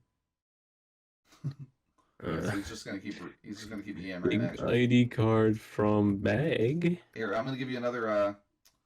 I was gonna say one thing you can do is if you want to type multiple commands in one line, you can separate the commands with periods, and as long as there's nothing in the game that interrupts the commands, it'll execute them. So you can type take ID card from bag, period. Read it, period. Drop it, period. I think most interpreters support up to like, I don't know, 5-6 commands that way. So if you want to quickly just type a whole bunch of things, you can also use it to refer to the last noun. So even if you were to type you could type read ID card and then put it in bag. Okay. So say Durant's Heath Estate. Oh.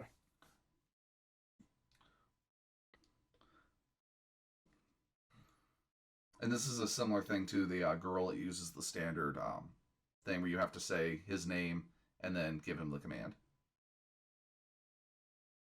Say go to Durant's Heath Estate.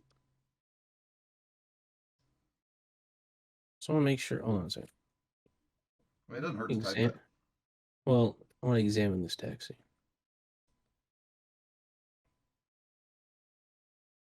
He's not waiting patiently. What are you talking about?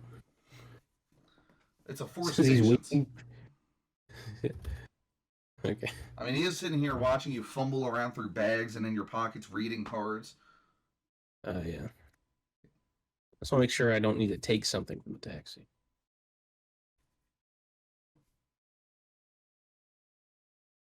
You find nothing of interest. Yeah, I'm literally just interested in stealing from you. Okay. Yeah. So just call him driver. You just call him driver.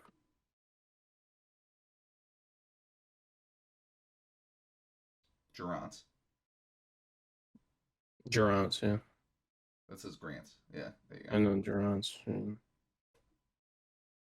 I wrote it down. go. I'm not in the car? I No, said I got. Oh, you just yeah, I opened the opened the door, door.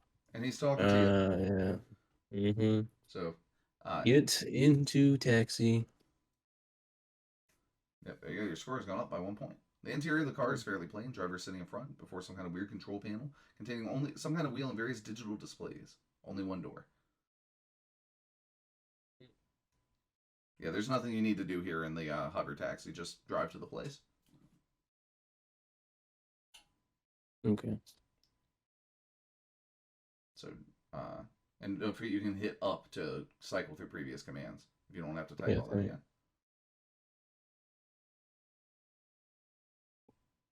Just shut the door. Yeah, man, you can't drive down the street with the door open. Mm. Come on, game. Yeah, this is where it shows its age a little bit. Usually they streamline this by just allowing more synonyms, but Mm-hmm. okay, Okay. Corper, best fasten your seatbelt. Here we go. You must be living in the past. There is no seatbelt. Your mind races as you go over that last thought, the past. From your experiences you have had over the last hour or so, it's clear the translocation project worked, the newspaper making it even more of a reality.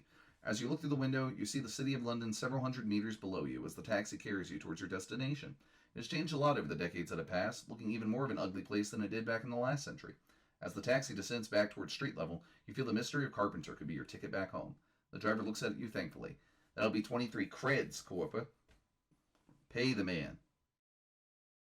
With, with what exactly? Ah, yes. Yeah, hold on a second. I got an idea. Take metal disc from bag. Oh, wait. I gotta drop something. Drop gum and take metal disc. Oh no, drop gum, then take metal disc from bag. Then, okay. Metal disc from. Because and implies that you're going to be dropping a second down. Mm-hmm. See, will it be the metal disc or the ID card? And try both.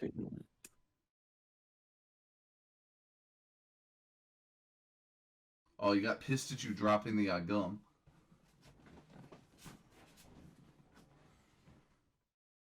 Um, says says Uh, it can't see any oh, such thing. well, that's because you typed from bag, so it saw it didn't see you as wanting to take the metal disc. It saw you as wanting to take a noun called metal disc from bag. So just type take disc. Yeah, okay. You don't need to Disc. specify. It knows. Don't do it. One corporate too many. Nobody will miss you. You get my drift. He's threatening to kill you, bro. You better give him his money. Pay taxi, pay driver with the disc. I don't. What do I do? You got. Remember Um, when dealing with NPCs, you can give blank to NPC. and disc to driver. Oh, it left the gum, didn't it? Game is now unwinnable. Yep. Yeah. So Restore. what am I supposed? Yeah, what am I supposed to do? I can't drop anything and pick it up in this taxi. Well, just I make know sure. Well, you just need to make sure that you hold on. Wait a minute. I know how to do this. Where am I now? you just need to Yeah, have I'm the at the end disc of the ready to street. go. Yeah. Well, see, that's legit. Just bad game design. Nah, man, that's just that's how this game is built. It's built around that inventory limit. At least in this early part. Again, later you'll get a big rucksack to hold more Yeah. stuff in. But like, I dropped the gum with the anticipation I could pick it back up. Why am I completely unable to pick it back up? Because it's a hard After game, bro. paying him. It's a hard game. You Oh should have been no. you should have had all the items you needed. That was on you. I'm just giving you a hard time, bro. All right, so you make sure you have your disc ready because you know that's how you pay him. See, I gotta Get Oh, disk. I have to get the disc out. Well, if I get the disc, or if I take disc, too Yeah. many items. Yeah. If All I right. Well, drop here, look at your take inventory. disc, I Look, can't look take at your them. inventory. Look at your inventory I and see would if there's a separate anything. thing. Look if there's anything else that you don't need. Oh no, I can still keep the gum. I Well, just no, need to no, put no, it in the bag. no, no, no. Look in your inventory. Just hit I. Is there anything here that you don't need? We know we need the gum because I've given that away. You know, you got a point when you got it, so you know you need it. You got a point This when is you got the a button. paper, I guess. Yeah, so process of elimination. So you know you need the button because it gave you a point. Same for the gum. The gun. Uh, you've used it, but you might need to use it again. The knife, you know you need that because you got a point for that. Um, the pipe. I mean, that pipe is obviously going to come in handy. So, and you know you need the disc to pay him. Right. So, It's a piece of paper. and Yeah. so the piece of paper you could always read, take down the information, drop it. ID card. Right. You don't. Might need the ID card to prove. I don't know. Yeah, Something. so if you need the ID card, then you know you can drop the piece of paper, and that'll free up your inventory. So just drop something, get the paper, then drop it. So yeah, drop button, period. Yeah. Well, hold on. Let me restore this save to make sure I didn't drop anything and forget to pick it up. Yeah, so this will demonstrate the parts. So drop button, period. Get paper or get piece of paper, period. Drop it. Get button, and then just no period. And let's see if. Yep, there you go. Drop taken. Drop taken. Bada bing, bada boom.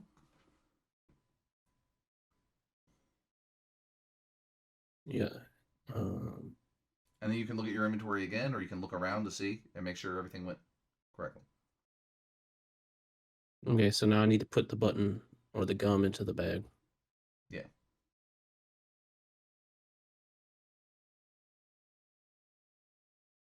Yep, and now you can repeat the driver thing. I'm going to go grab something to drink real quick. Okay.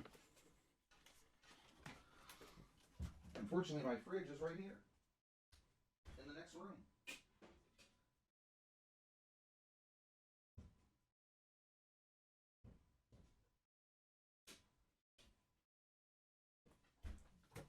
As is appropriate for gaming, I have this handy Mountain Dew, but because it is text adventure gaming, I must have the more refined watermelon Mountain Dew.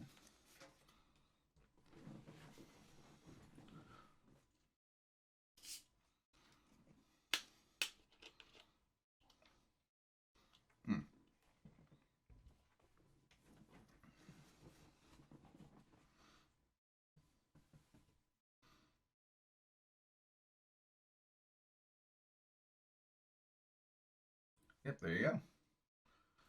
I'm back, obviously. Yeah, so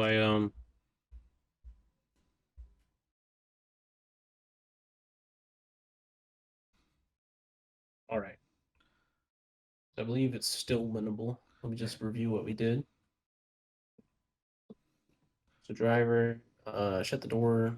Oh, I knocked on the window, opened the door, shut the door, told him where to go. Then Yeah. I paid him.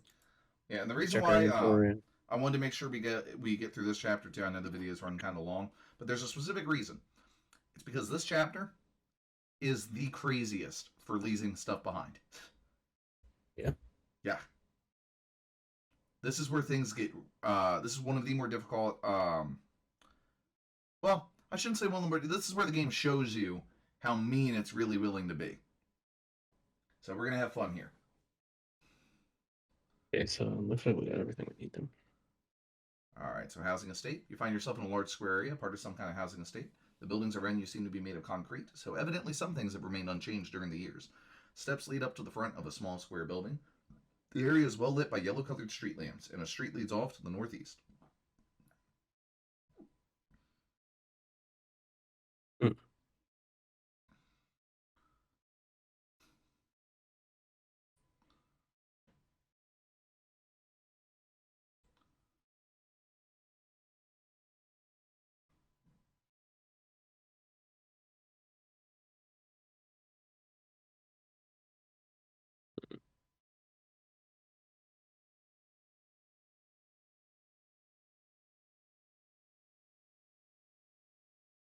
Yeah, and so Okay. Yeah, I don't think these are actually. Yeah, I yeah, don't think there's anything out here. Um. yeah, it's kind about letting you know. Yeah, like when you're just, it'll stop you from chasing squirrels. Yeah.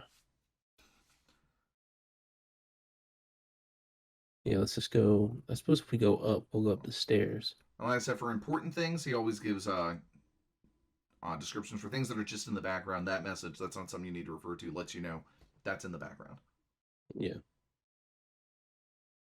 Front of house. At the front of the small building, clearly some kind of residence, is a small porch. A plaque on one wall bears the initials KDC. The means of entrance to the house is a solid looking metal door, a small window located at eye level. Slot.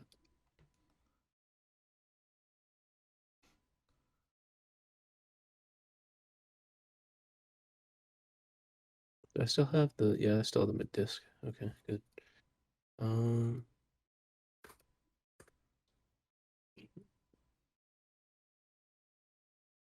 Clearly some tone of it. The next door on the wall is a thin And slot. this is his house. I mean, his initials were KDC. Yeah, KD Carpenter.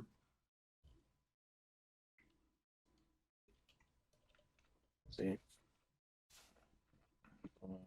X door. Mm. The door appears to have been forced open at some point in the past, as the door is slightly ajar. A small window is located in the door at eye level. X window. The window is at eye level. Looking through it, you can see into some kind of apartment, presumably Carpenter's. The room is dark, and you cannot make out too much detail, apart from a dim red glow coming from somewhere behind the door. No, Yeah, it's so the same thing. no. Same thing with the door? No. Okay, so Through the door, big push. The door refuses to budge, almost as if something was trapped behind it. mm, Open window. It's not the type of window you can open. Hit I window want to say I hit it with the pipe. with pipe. Window seems to be made out of unbreakable material. Material? Are you kidding? Okay. I mean, in the future, we'll have bulletproof windows cut down Jimmy, on casualties. force window. Well, it's not the type you can open. Yeah, it's just like a little it's just a little like window built into the door.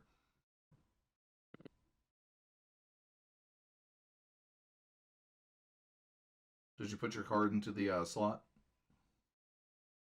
Out the door. I mean, sure. I mean, I could try that. Well, here, look again. Put the card into the slot? The ID card? I guess it's his. I guess it's his key or something. This is a dystopian future, dude. You know, we're gonna have ID locks for our places.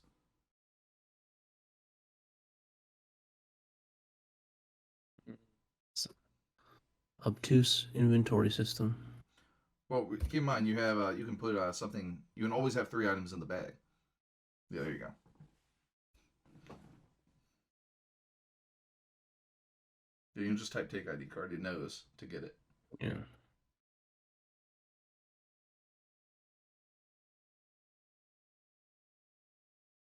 Use your brilliant scientific mind to decide the identity card must go in the slot and then triumphantly insert it. Your moment of joy turns to dismay as you realize the mechanism has been disabled. Yeah, I thought so. The door is already ajar.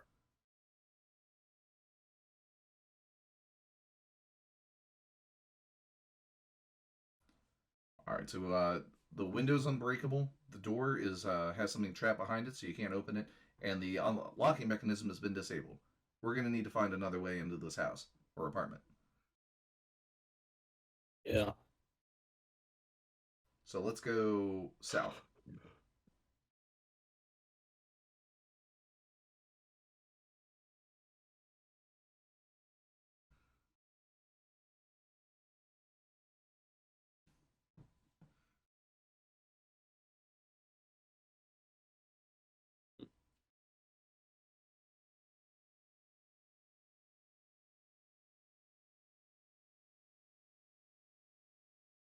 Yeah, or you head down the stairs. You find yourself in a large square area, part of some kind of housing estate. Buildings around you are made of concrete, blah, blah, blah. The area is well lit by yellow colored lamps, and a street leads off to the northeast.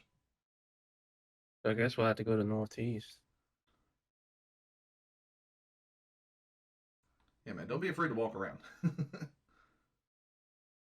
Oh, the side of the house. Okay. The alley to the side of the house is dark and gloomy, with the building on the west side. A rope fence surrounds the house, approximately 3 meters in height, and the harsh looking metal wires on top of the fence clearly make it unclimbable. I'm gonna say cut wires with knife. Uh, Yeah, how are we gonna sharpen that knife?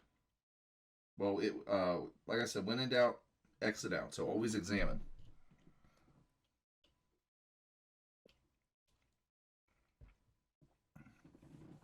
No doubt carrying electrical charge.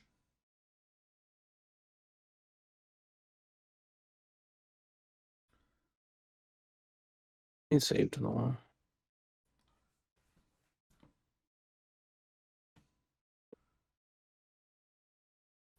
All right, like I said, exit out. So X the knife is what I'm trying to say. Oh. Examine the things in your inventory. The knife is dull and looks as if it couldn't cut through anything. The handle seems to be made of a different material than the blade. I'm going to be honest, this is really, really hard to figure out. And this same command is used with other items in the game. So once you do figure it out, you'll figure out that everything in the future just kind of works this way. It's like the swipe right of 2065. Turn the handle. You have to give it a little twist. Turn the handle. As you turn the handle, the knife suddenly starts to glow brightly. I will admit that is not something I figured out. I don't know how many people would. But there's a number of It things was you find. glowing in her hand, but like, Yeah. Well, it's like a lightsaber is the idea. And there's other things that you have to turn. Like it's just a common command. So I don't really get it, but so what if I examined handle? Would it tell me? yeah, it might. No, it just tells you the knife. Maybe it would if it wasn't already glowing. You can turn the handle again to turn it off. You can turn it off and on as much as you want. You can X the handle maybe. No, it just gives you the same description. So yeah, I don't know how. Like maybe try push handle. Like see if it responds if you treat it like a button. You press the handle, it doesn't seem to. Maybe you should try turning it. Okay, so if you fiddle around with it, like if you try to push it like there's a button on it, then it'll give you a hint. So fair enough. I think if you fiddled around with the knife long enough, trying to figure out how to turn it on, you'd probably figure that out. Because my first thought would be there must be a button, like a lightsaber. I'm kind of tired. I forgot about the glowing thing altogether. All right, so Don't worry, man. That's why I'm here to make turn the sure handle. that we don't get too stuck. What? Can we cut the wire now? Wires. I mean,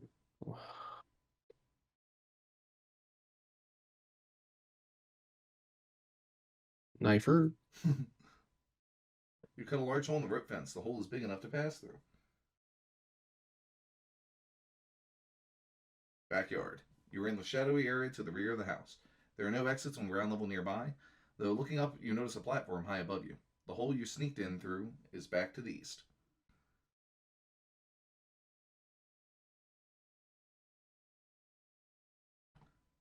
Platform. The platform is located several meters above you and appears to be some kind of disused fire escape. There appears to be no way to get up there.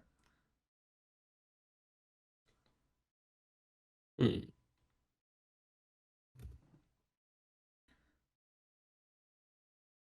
Yeah, so we're in the shadowy area. Oh yeah, we're in the shit. Yeah. You examine things in scene, so if it's the scene itself, then I'm gonna, for the sake Yeah, I of guess making so. sure I don't keep you up all night, I'll give you a little hint. There may have been some item you missed in the last scene. I mean, we can go back. Side of house. The alley to the side of the house is dark and gloomy, with the building on the west side. A rope fence surrounds the house, approximately 3 meters in height, with metal wires at the top of the fence. We take the rope. No. Well, I mean, we probably could take the rope, but it's attached to the fence. Yep.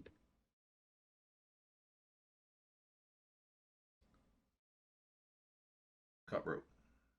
Just cut rope is fine. Yeah, with knife. You cut some of the rope with the fence and take it with you. How about it? How about it? Right. The game is now winnable. No. Now I will say outside, like I said, outside of turning the knife, um, I did figure out everything in the game, including the chapter, without the walkthrough.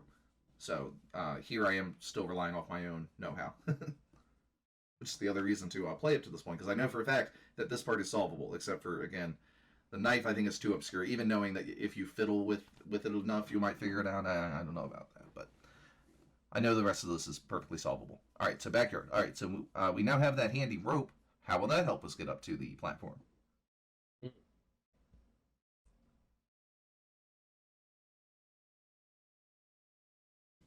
A rope to platform.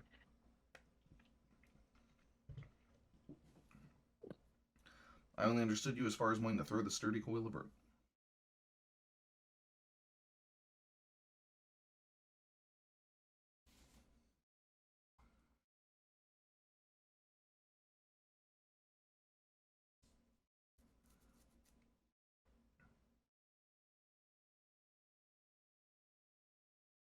I'm sure I throw the rope platform, but it doesn't appear to catch. So we have the right idea, but what could we do to make the rope a little more catchable, a little more grappling hooky? I mean, we could tie a loop into the rope, but like tie a rope into loop. No, I think we might Tie be a better rope off if we tied it to something. Yeah. to uh see I said, what do we have that could make pipe. I don't mean to go into teacher mode. I used to Tie volunteer rope as to an assistant pipe. teacher. Yes, tie the rope to the pipe. Yes. And now we can throw the pipe. Yeah. Let's see, what are they? Yeah.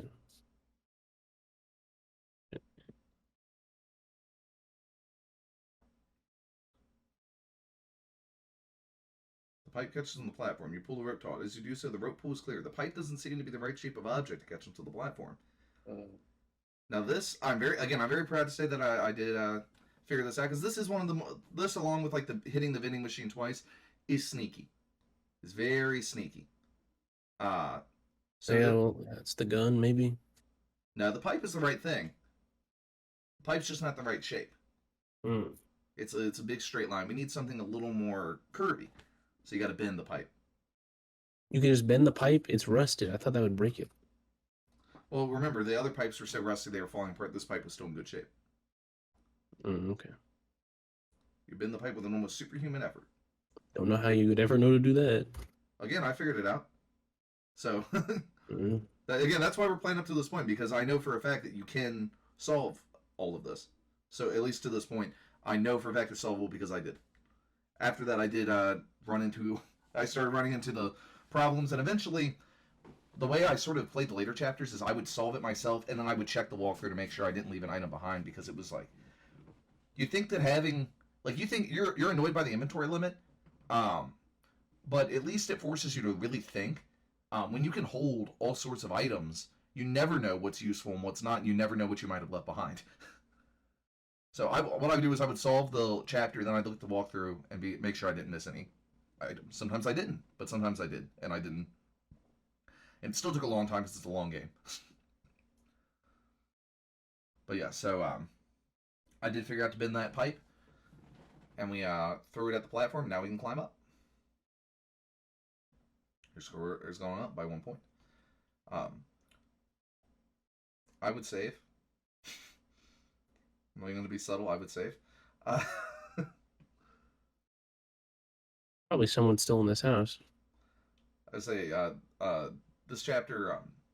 I mean, with any, like, obviously with text adventures, like you said earlier about speed running, if you know the commands, you could in theory get through even the longest game,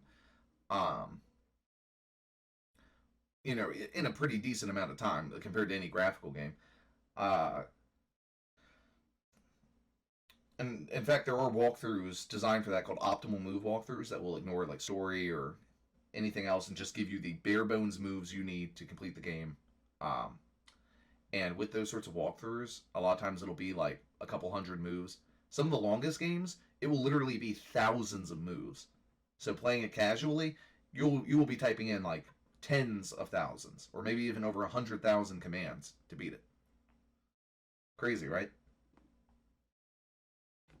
But yes, so we have saved. The platform looks fairly insecure, though it shouldn't collapse unless you put too much strain on it. On the wall to the south, you use a dirty window, currently closed, though also apparently unlocked. The end of the rope is caught onto the platform. Your score has gone up by 1 point. Save.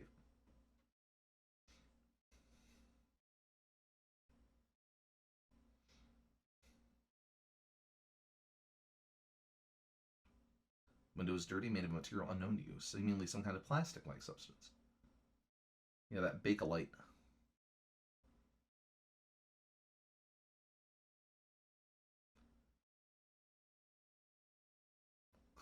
Yes, the sturdy coil roof. Oh, yes. Yeah, because that's the south. So search window. Window's far too Yes, dirty. okay. White window. You achieve nothing with it. Really? It doesn't wipe away any dust? Oh, it's still too dirty. Okay. Yeah, it's covered with filth. Katie Well, Carpenter was not a very clean man, apparently. I guess, yeah, that's another thing. It's so dusty, but he literally died today. So, like, why is it so dusty? I mean, some people are just dirty and gross. Okay, so With a creak, the dirty window opens.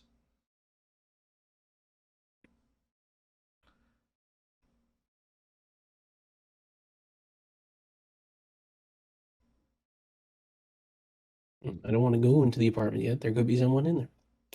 All right. Well, I mean, we just saved, so it doesn't matter.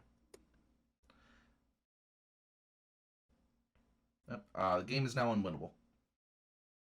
Oh, yeah? We can't go back out? Uh,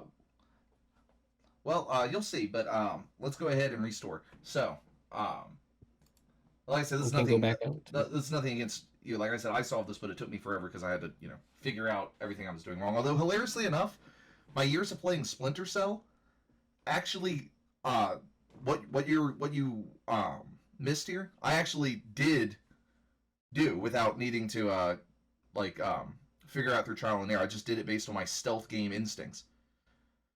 So you can't leave any traces. You play a stealth game, you kill somebody, it doesn't matter how silently you do it, you gotta hide the bodies. You're sneaking into an apartment that was broken into, and it's clear that there's a trap here, you know. I mean, Carpenter was caught up in some dirty business. So there's a trap here.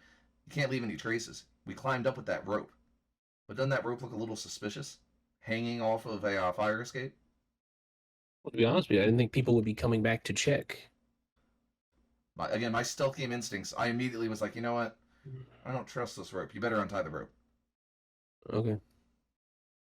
And again, you can't make fun of the game because, again, I did this based purely on instinct. Now the area looks less suspicious, despite the slight gap in the fence. Hey, can't be perfect. And so untie the rope, throw it into that shadowy backyard. Real? We can't just keep it in our inventory? Yeah. Well, now you can save again. Well, you should be happy. It got rid of a red herring. All right. And now we can head into the apartment. Well, yeah.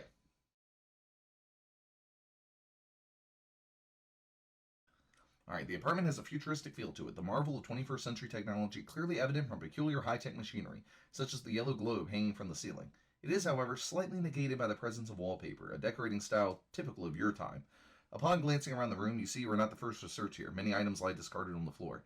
You notice a nasty surprise of some sort on the door, a shiny hemispherical device, presumably left with strictly dishonorable intentions.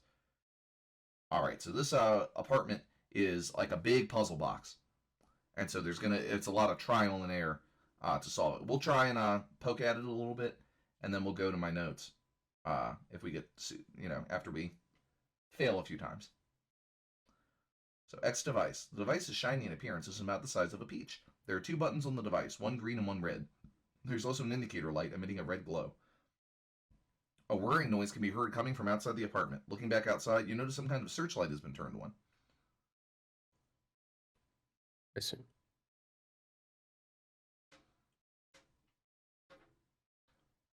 Yeah, so once you enter the apartment, you have essentially a time limit to get some things done.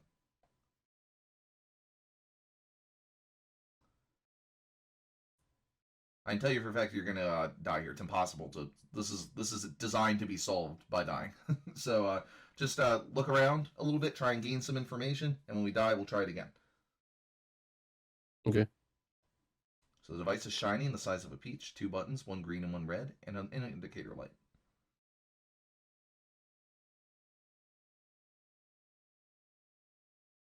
Turn off device. That's not something you can switch. The searchlight moves closer to the platform outside the window. Yeah, you see, if you still had the rope on there, then you would immediately be stopped right here. I see. Now, again, when I entered and I saw that bit of text, I was like, "Wow, I can't believe I did it." I knew to untie that rope just based on my instincts. You see, you can learn something from video games, like how to break into apartments, I guess. Yeah. All right, so just again, keep looking around. We're gonna die, so just try and get some information.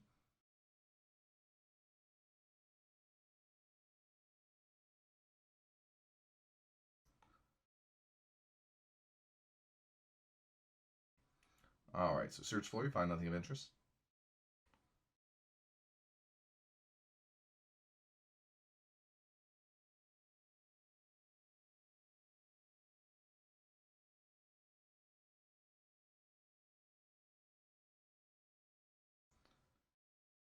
I say, might try searching the items on the floor.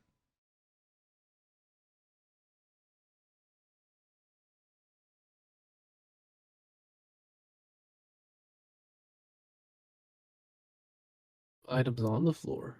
Yeah, it says many items, so search items.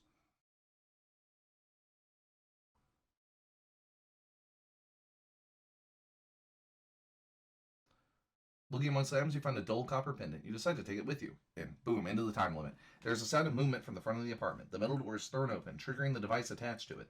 The door and several of the police officers who were behind it are vaporized. Before you have a chance to get out, several explosives and grenades are thrown into the room. The blast practically demolishes the apartment building. Seems they take murders of police officers seriously in this time. Time has caught up with you. So 16 out of possible 200 points, making you a stupid scientist with a pea-sized brain. I like these desultory scores. All right, so we will restore. Now the game, of course, is the game. We enter the apartment. They're immediately boom. Searchlights are on. They're searching for us. So we need to buy ourselves a little bit of time because obviously we can't explore this whole apartment in that little bit of time that we have. So untying the rope buys us a few turns, or else you get stopped pretty much right away when the searchlight hits the platform. But then the searchlight hits the window. We need to maybe close the window after we enter. You know, we weren't born in a barn. We always close doors after we enter, or windows if we're breaking in. No. So are we out? Are we on the platform or are we in the apartment? Yeah, the platform. Okay. Actually, the window's not open. I just remembered. All right. Close window. The dirty window. Just type dirty window, yeah. The light from outside is blocked. But fortunately, we have our glowing knife to provide light. All right. Oh, the knife was already glowing. Remember, we had it still glowing. I think I might need to reload because I'm going to waste 2 turns. That's correct. Yeah, you have an exact amount of turns to, hide your traces so that way you can explore the apartment. And anyone who watches this and is like, how would you figure this out? Again, I did figure this part out. Just takes a little bit of time, whole lot of patience.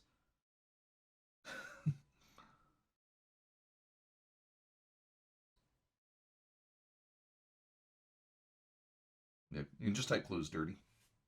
And that works too, so close dirty window. Some kind of searchlight has been turned on.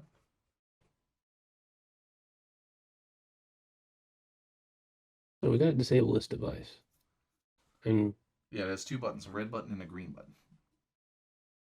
But first we need to make sure that there's no other traces. I mean, we have a dirty window that we closed, sure. But is there another window to this apartment? Maybe a small one on a door? That one's clean. We ought to cover it with something, I think.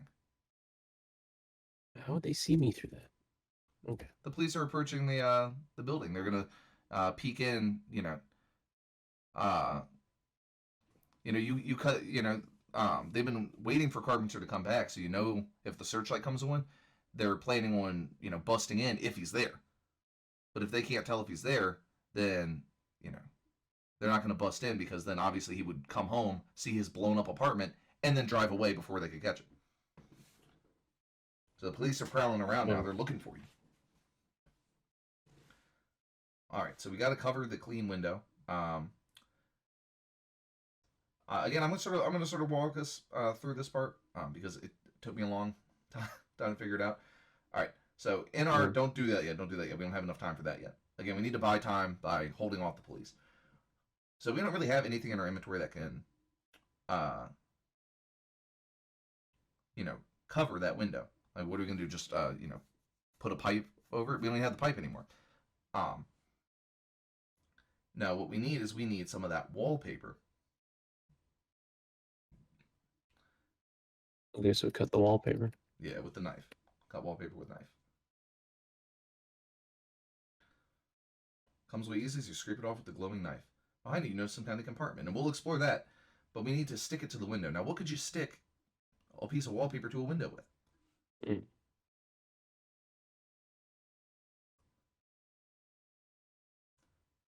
But the gum isn't sticky. We probably need to chew on it. Yeah, chew gum. I guess I fucked myself. I think we need to. Yeah, we may have made the game unwinnable because we need to have chewed that gum beforehand. Yes, it's that mean. Why would I have done that? Because you would have died and figured out that you didn't have enough time to chew it once you got into the apartment. Like I said, it's kind of poetic. We're playing this now because, again, I just finished playing Return to Castle Wolfenstein, which is a first-person shooter, obviously, action game. The complete opposite of a text adventure in every way, really. Different player base, different aesthetic. I play both, of course. I'm sure other people do. But one thing it does share in common with this game is learning by failure. There is no way to beat Return to Castle Wolfenstein without quick saving. Or at least saving... I don't know. There's some parts that are so ridiculous, like the second boss, which is borderline broken. Compared to the final boss, which is probably the easiest level in the game, it is ludicrous how easy the final boss is. He can barely even touch you. But like in that game, like it's just so hard that you pretty much have to learn by failure the locations of enemies, so that way you can have the right weapons out and shoot them before they shoot you. Just who led? So this game is far from the only game to require learning by failure. It's an interesting thing. Some people don't mind it. Some people hate it. It's not really common anymore. Nowadays, you never have to quick save in first-person shooters, and you never have to do it for text adventures, really. Some games will try to be deliberately old school, but usually, no. It's just from a bygone era, you know what I mean? Right. But yeah, so, let's make sure. The rope is already untied, so we just need to chew up the gum. I did. All right. Chew the gum, and then open the window and go in.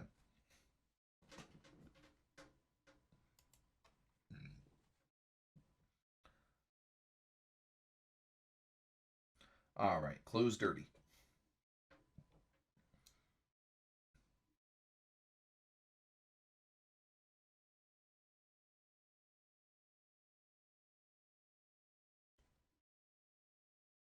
Yep, there we go. Now we got to stick some gum onto the wallpaper.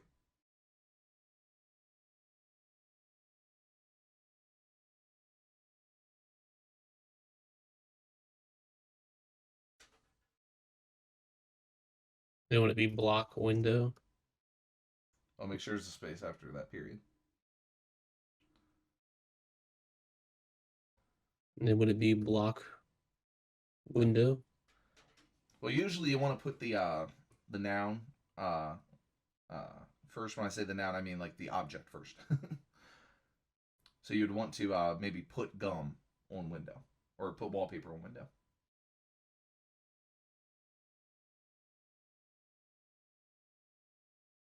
This one, the small window, yeah. Score has gone up by 2 points. All right, and now you can save. Get us a new save because we have bought ourselves some time to explore. So you see, it's really not that bad. It just takes again a little bit of trial and error. I know we've already been recording for a long time, so I wanted to make sure we got through that part because it does take some time. Yeah, but now we have time, so we can you can look. You had right now. You're not on time limit anymore. You can look around as much as you want. Okay, cool. Let's see. Just hit us with the look again. Like I said, we've bought ourselves the time. You know, we closed off the windows. We got rid of the rope. All right, so apartment has a futuristic feel to it. Marvel of 21st century technology. Yep. So yellow globe hanging from the ceiling.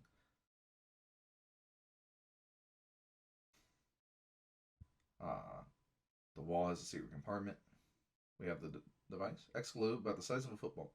Strangely, words have been written on the globe reading Verba Glow Systems Incorporated, and the globe is a dull yellow color. So this is not something that's required to complete the game. Like it will give you a point if you're looking to get maximum score. There's quite a few things that you can do for points that are not required to beat the game, which is nice.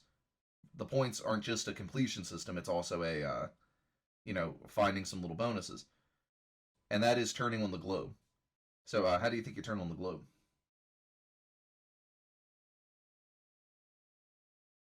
Oh, you gotta speak to it. Exactly, because it's Verba Glow. It's Verba Glow, yeah. Again, that's a funny little thing. Like I said, it's not necessary, but you can just, yep.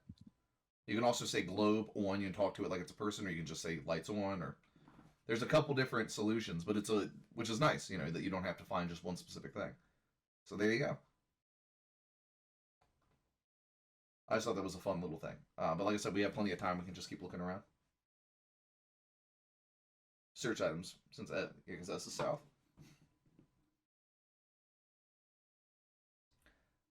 Yeah, and that pendant. Copper pendant. They might say adult copper pendant. Yeah, that's required to finish the game. That is extremely required to finish the game. It's one of the most important items in the game. All right, so what's the next item of business to tackle? We have the device. We have the compartment. We have, well, pretty much the device in the compartment.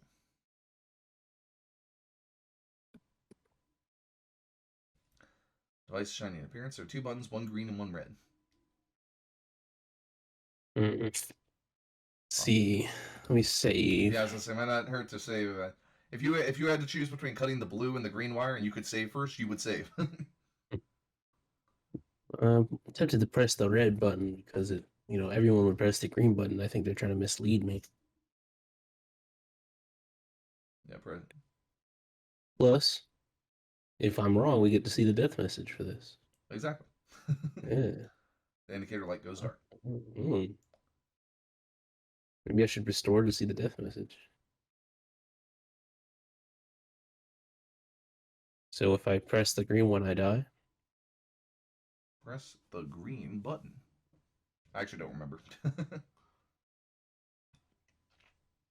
Indicator light starts to flash on and off. Uh-oh. You may have just armed a bomb. Die.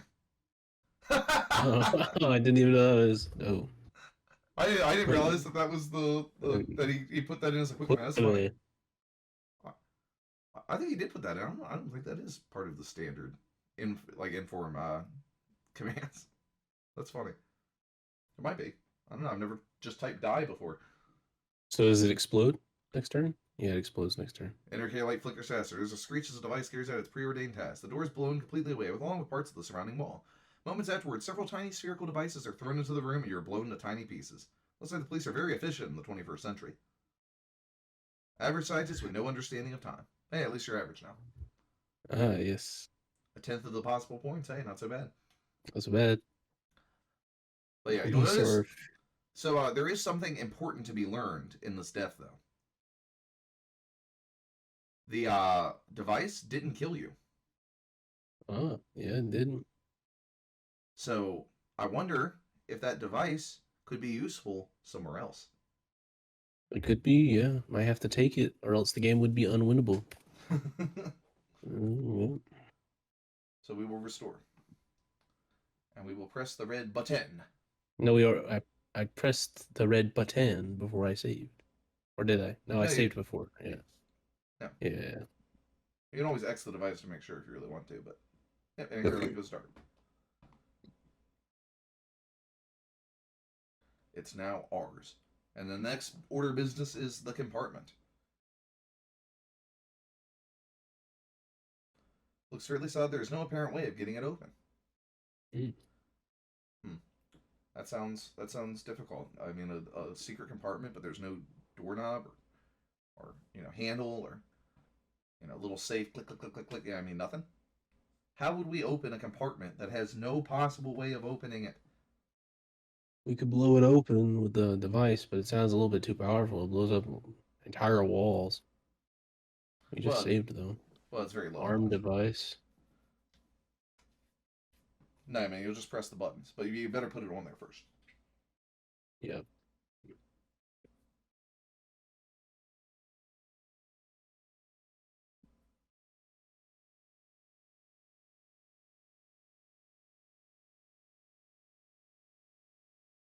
And if your light remains dark. Sounds like red might be on and off, and green is ARM. Oh, I see. You said we have unlimited time now? Yeah. Okay.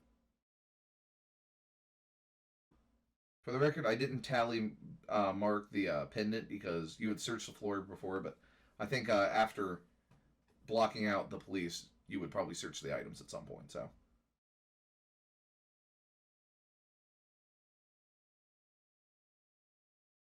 There's a point here where I have to type blind. I'm still typing. You're typing one long command. Isn't it, yeah, it's already on the thing, so. Oh no, man. Yeah, so just type press green. Yeah.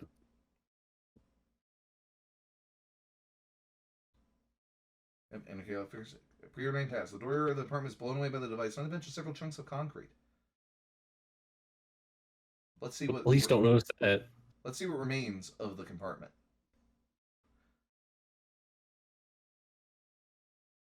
The solid look the compartment once had is now completely gone, along with the door and parts of the wall. Maybe we should search it. Yeah. A high-tech digital wristwatch in a strong briefcase.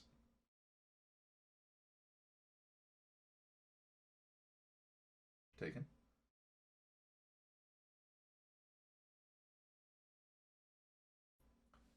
Ooh. So, you mentioned something about the police not noticing. They noticed. Yeah, once that thing blows up, they noticed. That's another time limit, my friend. Another inventory puzzle. So you have to make sure your inventory is ready to go. So you can get these things. Yeah, so noticing the strange gun-like object you are holding in one of your hands, the officer in charge takes no chances and opens fire, killing you instantly. Responsible officer. And he is given your... normally the whole, save scumming thing, makes no sense. Like, how would you...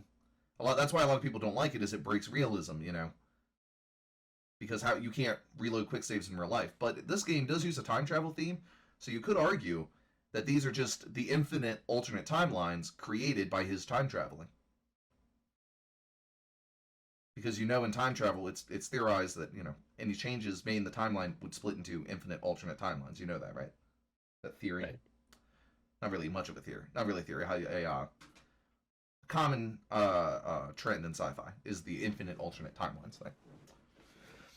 So, my point is that if if it bothers you in other games here, you could argue that you are just playing out every alternate timeline, including all the ones where our hero fucks up and dies.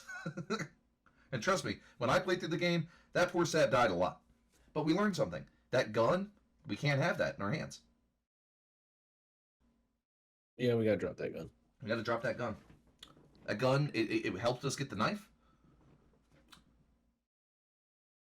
But before we you know, we put the before we blow up that door, we better make sure that we drop that gun.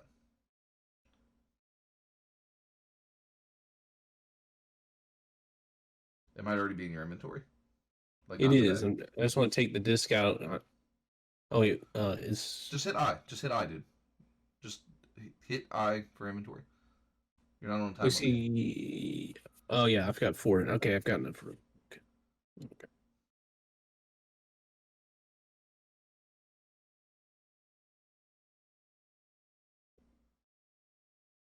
You know.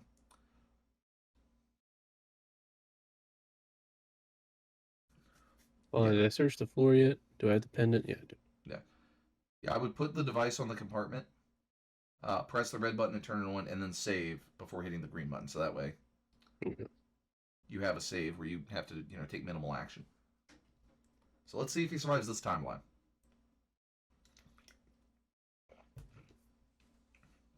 In the device compartment.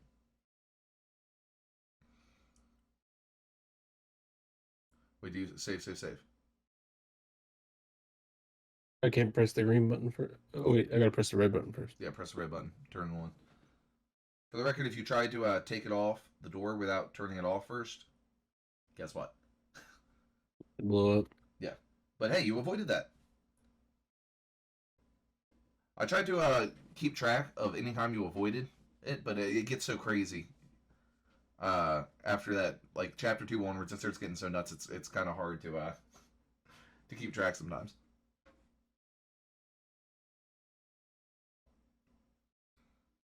All right, now we can press green. I'm gonna wait for it to blow up. I'm trying to think if there's anything I need to do on the turn I have before it blows. Well, once it blows, the time limit starts. You prepared your inventory, so you know. Think about what you know. You know not to examine, right? We have to search. We can skip the exam. We know examine doesn't tell us anything useful. We have to. Once it blows up, the first thing we should do is search the compartment. Actually, we can do a take all and probably get the stuff. Right? Yeah, but each take counts as a turn. Oh shit. Okay. In fact, I would not take all because it might try to take random things on the floor and eat up all your turns. Like the, you know, it'll tell you, you know, random items. Yeah, so we need to search. Get watch and briefcase.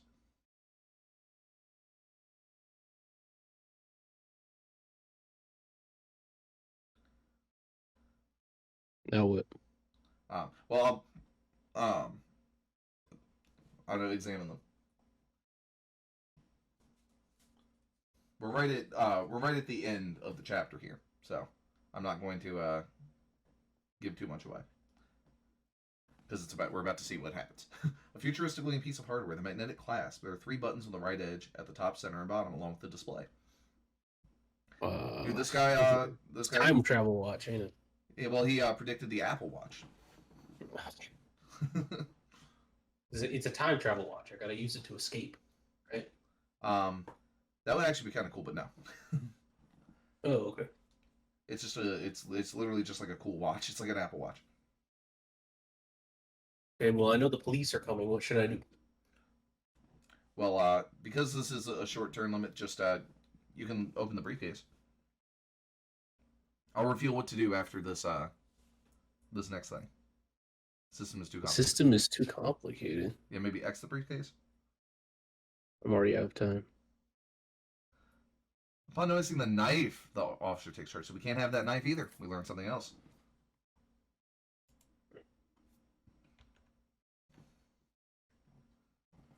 All right. Okay. So, fortunately, we have that convenient save, so we're going to restore and drop the knife.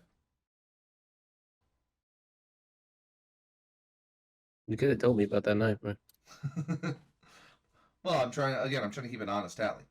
This doesn't take too long to do.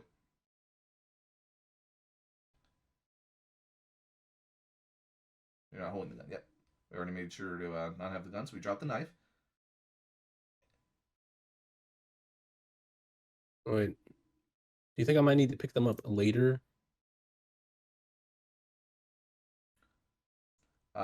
Well, the police are about to storm in, bro. Not to spoil too much, you're going to be arrested. You know, Yeah, if they come in and you're holding a weapon, they kill you. If you're I not know. holding a weapon, they arrest I you. know. Yeah. But I was saying like later, you have to come back and get it. Now remember, this game is episodic. There is no back. You Yeah. Okay. like you never come like there's no way to ever go back. The game is linear in design. Like um Yeah. more like you know not weirdly enough more like a non-text adventure. You know, think about uh going back to FPS games, like a mission-based one. Like I just played through Return to Castle Wolfenstein. That's one of mine because I just played it. Once you complete a mission, each mission is self-contained. So each chapter is self-contained. That's what makes the game so difficult. In fact, that's what makes it more difficult than something like Zork or Hitchhiker's Guide to the Galaxy. Again, I keep mentioning them because I know that they're games people know.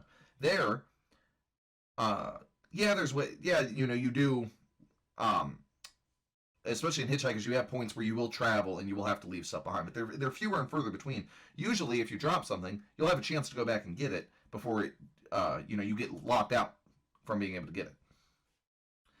Because this game uses this linear structure, which is unusual for a text adventure, it makes it even harder because anything that important that you forget, you can never go back for, because time keeps moving on.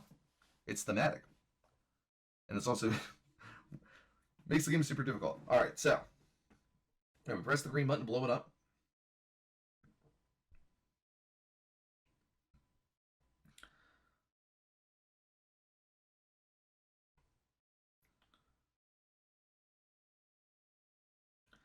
All right, so we know to search the compartment.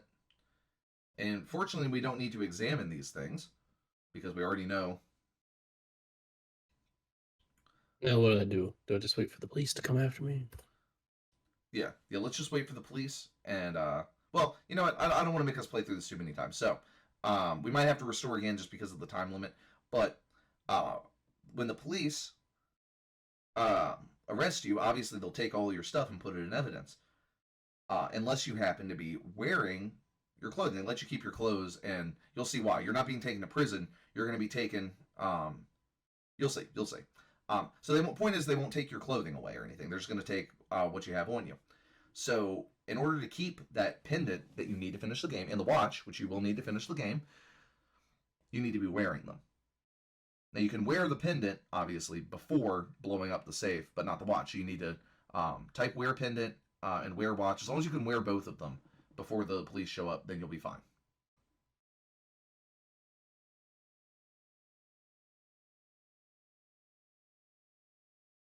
How do you spell it? Yeah, that's how you spell it. You gotta be kidding me. Well, I mean, it's fine. You just have to type individual commands. We don't have that time, do we? Well, remember, when you type in a combination command, it carries out each one separately.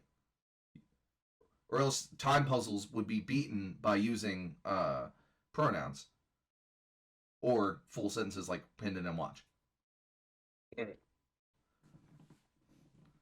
Yeah, so great. We have both of those worn. Briefcase, we couldn't even open it up. Don't worry about it.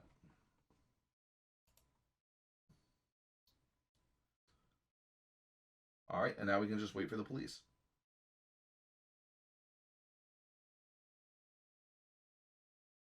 All right, sound of movement. Metal doors thrown open.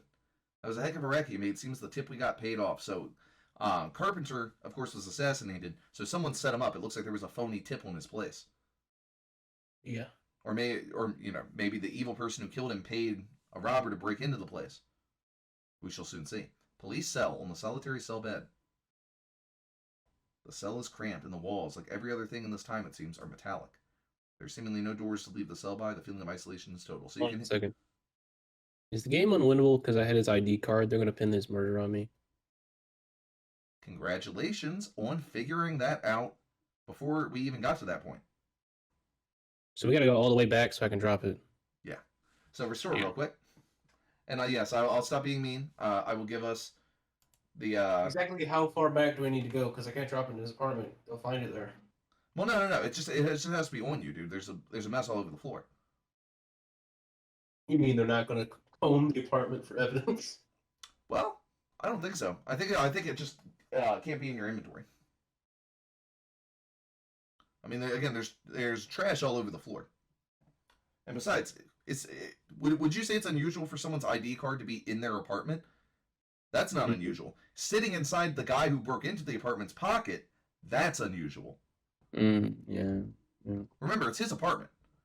Yeah, you're right. So if they see you with the ID card, they'll be like, "Ha, you were stealing." If they see it on the floor, they'll be like, "Ah, it fell on the floor." So, all right, open the inventory, and I will tell you what you need. Just hit Sure. I. Yeah.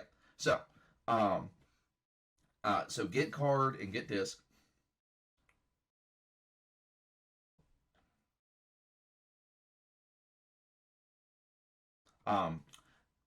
And then you can type. You can drop the card, the disc, and the bag. You don't need them. They won't let you keep the bag anyway, so don't worry about it. So drop card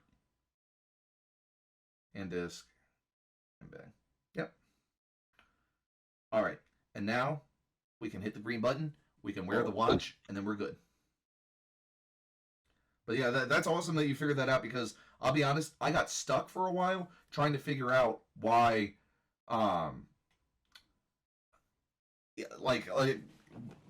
because again, I solved this part without the walkthrough. I was like, how in the hell? Why in the hell do I still keep getting fucked up in the interrogation? Because they interrogate you after they capture you. And eventually I was like, wait a minute. It's because I still have his shit on me. Yeah, so wear the watch. You can have the briefcase or inventory, doesn't matter. Remember, you can only do one of those in a thing. So just wear a watch. No, let me wear a watch. Oh, hold on a second. I gotta do. Yeah, there you go. Wear a watch, wear a pendant. There you go. And then let's look at my inventory again. So this is all the stuff I need? Yep, they'll take the briefcase. The briefcase is right here. You can't open it. You don't have time to even try and get it open. The police will show up. So yes, you need to have the wristwatch, the pendant, and the button. That button is actually used. The button is used to help you escape your jail cell. So yes, if you forgot that button in the gutter, you could get through this entire apartment section and then be stuck in jail forever. Well, not forever. You have a limited amount of time to escape your jail cell, and you will need the button to do so. It's a mean game. The briefcase. That's his briefcase. Like, wouldn't they? Yeah, you can drop it. You can just drop it. It doesn't matter if you have it or not. But you can drop it if you want to. Yep, so they shoot you with the tranks, and you're in the cell bed. So you can hit I to check your inventory. There you go. The little button, they didn't even notice it. It's so tiny in your pocket.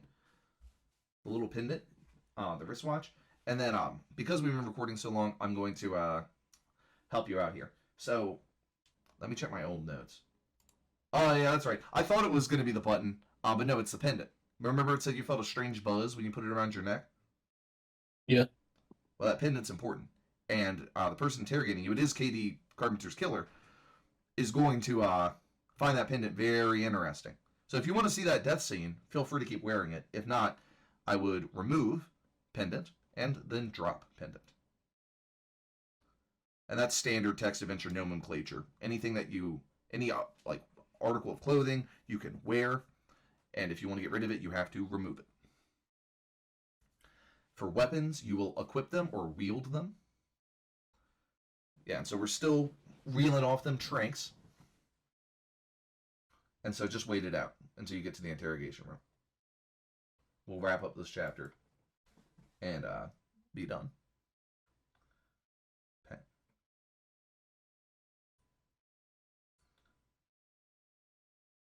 Here we go.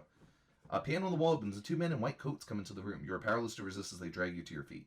Your mind seems to only half register as you were taken down endless corridors.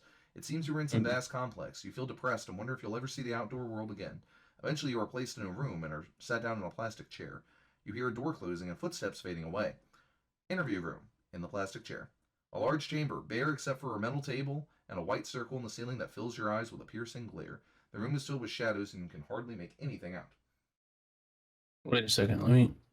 There's nothing in the prison cell that I need. No, remember, I'm just walking you through it now. I'm not bullshitting you anymore because I want to, I don't want to keep us get done. Oh no, I'm trying to wrap up this chapter exactly. So,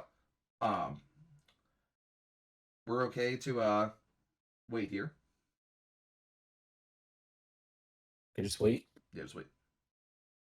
We're tied to it. If you can try and move around some, but you're just tied to a chair. You can't escape. This is also timed. So, coming around slightly, you notice a vague shadow sitting on the opposite side of the table. You hear a smooth, feminine voice speak to you. So glad you could join me. I wanted to have a talk to you. The words are delivered in a tone that is a mixture of sarcasm and sadistic glee.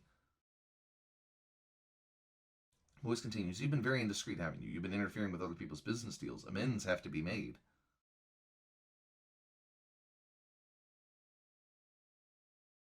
The shy figure leans forward. Something catches the light and glints. Your mind focuses on the glinting. The memory of the finding the steel button in the gutter comes back to you. It suddenly dawns on you the woman sitting opposite you is Carpenter's killer. You have to get out of here. Your part in this affair must be investigated. Let's have a pleasant chat. Now, this interview scene is actually really cool. I like the way that it's handled. You have to, because she's an expert interrogator, you have to tell her the truth. But you obviously can't give yourself away either. So you have to find ways to answer her questions that are honest, so she knows that you're not bullshitting her, but also doesn't, again, give away your role in the affair. It's really clever, actually. So, wait again. A glass of clear liquid is placed on the table in front of you. You must be exhausted. The police can get rough, but I prefer more elegant methods. It now seems you can move one of your arms. So you have to get the glass, of course.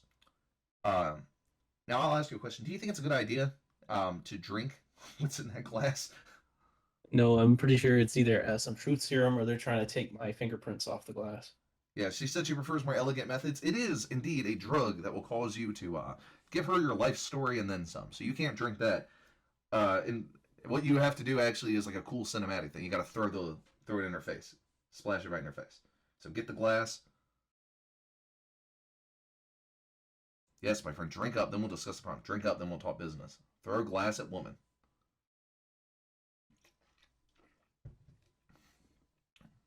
And there's other like commands you can type too, but you toss the liquid into the unseen face of your enemy. There's a brief pause.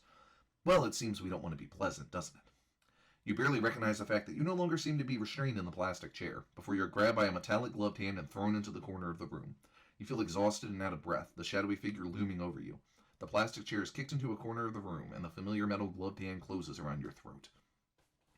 Now then, I'm going to ask you a few questions, and if you don't answer, well, that would be a shame. Matters can get out of hand. Accidents happen. Sometimes fatal accidents. The last part of the statement is delivered with a degree of satisfaction. You realize you are treading on the proverbial thin ice. So, you can X woman if you want to see what she looks like. Or just Z again, doesn't really matter. Now she's in the light, so. You stare at the figure but are unable to make out any details. Admiring the view? Yeah, she's like the full femme fatale mode. She says with a threatening edge to her voice, let's start with the simple details. Where do you live? The interviewer begins before adding, and I'd like a direct answer. So, this is another really clever sort of thing. Well, it's evil, but it's clever. You have to answer where you live, where your character lives. The scientist who got fired from his job and made a breakthrough with his time machine right before he was marched out of the building. The address? No, that's where Katie Carpenter lives. It says no, like it'd be in his notebook. No, it's not even in the. Well, it might be. No, it's not even in the notebook. In the beginning of the game, it says where he lives. He lives in Chelsea. Remember that? Yeah. So you have to remember where he's from. I know that's answer Chelsea. If you want to just type answer before any of these. She says, I'd like a direct answer. It'll prompt you to answer it the right way. I'm just letting you know. Okay. And again, if you were to say anything else, like if you said Geron's Heat the State, she'd be like, I can tell you're lying. If you say the wrong thing, she'll tell you that you're lying. So you got to be honest. You come from Chelsea. You really do. So I believe you on that. What do you do for a profession that would explain your presence in Carpenter's apartment? Well, you could tell that you're a scientist, but why would a scientist be in the apartment? You wanted to speak to Carpenter. Even better. What do you do? Well, you were stealing. So it's not a lie to say that you were a thief. Answer thief. It is your profession, right? Because think about this. You were fired from your old job. You don't work as a scientist anymore. The most recent work you've been doing is breaking and entering and stealing. You are a thief. So you answer thief. Maybe, just maybe, a petty thief, eh? So did you find anything worth taking? Well, obviously you can't tell her about the pendant. I mean, you again, I spoiled it. If you wear the pendant here, she'll just steal the pendant and then kill you. Yes, I'll answer yes, and then show her the watch. Well, even better, you need the watch too. What did you find that was valuable? Well, there was the briefcase. The briefcase, yes. Answer briefcase.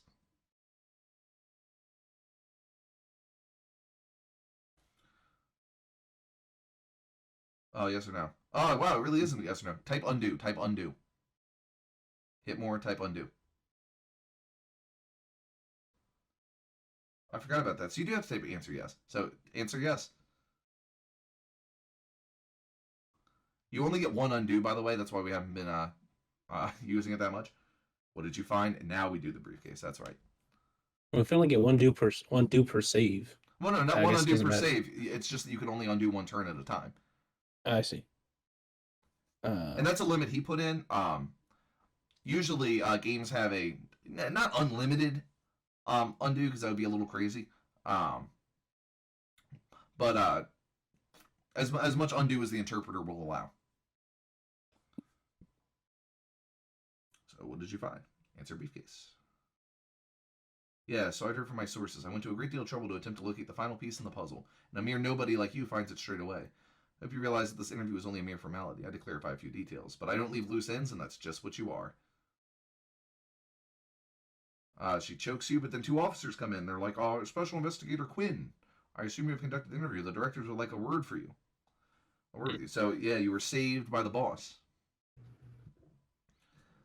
All right, so you end up in the police cell, and that is where we will end it. So, yes, what you would do from here is you would escape your jail cell.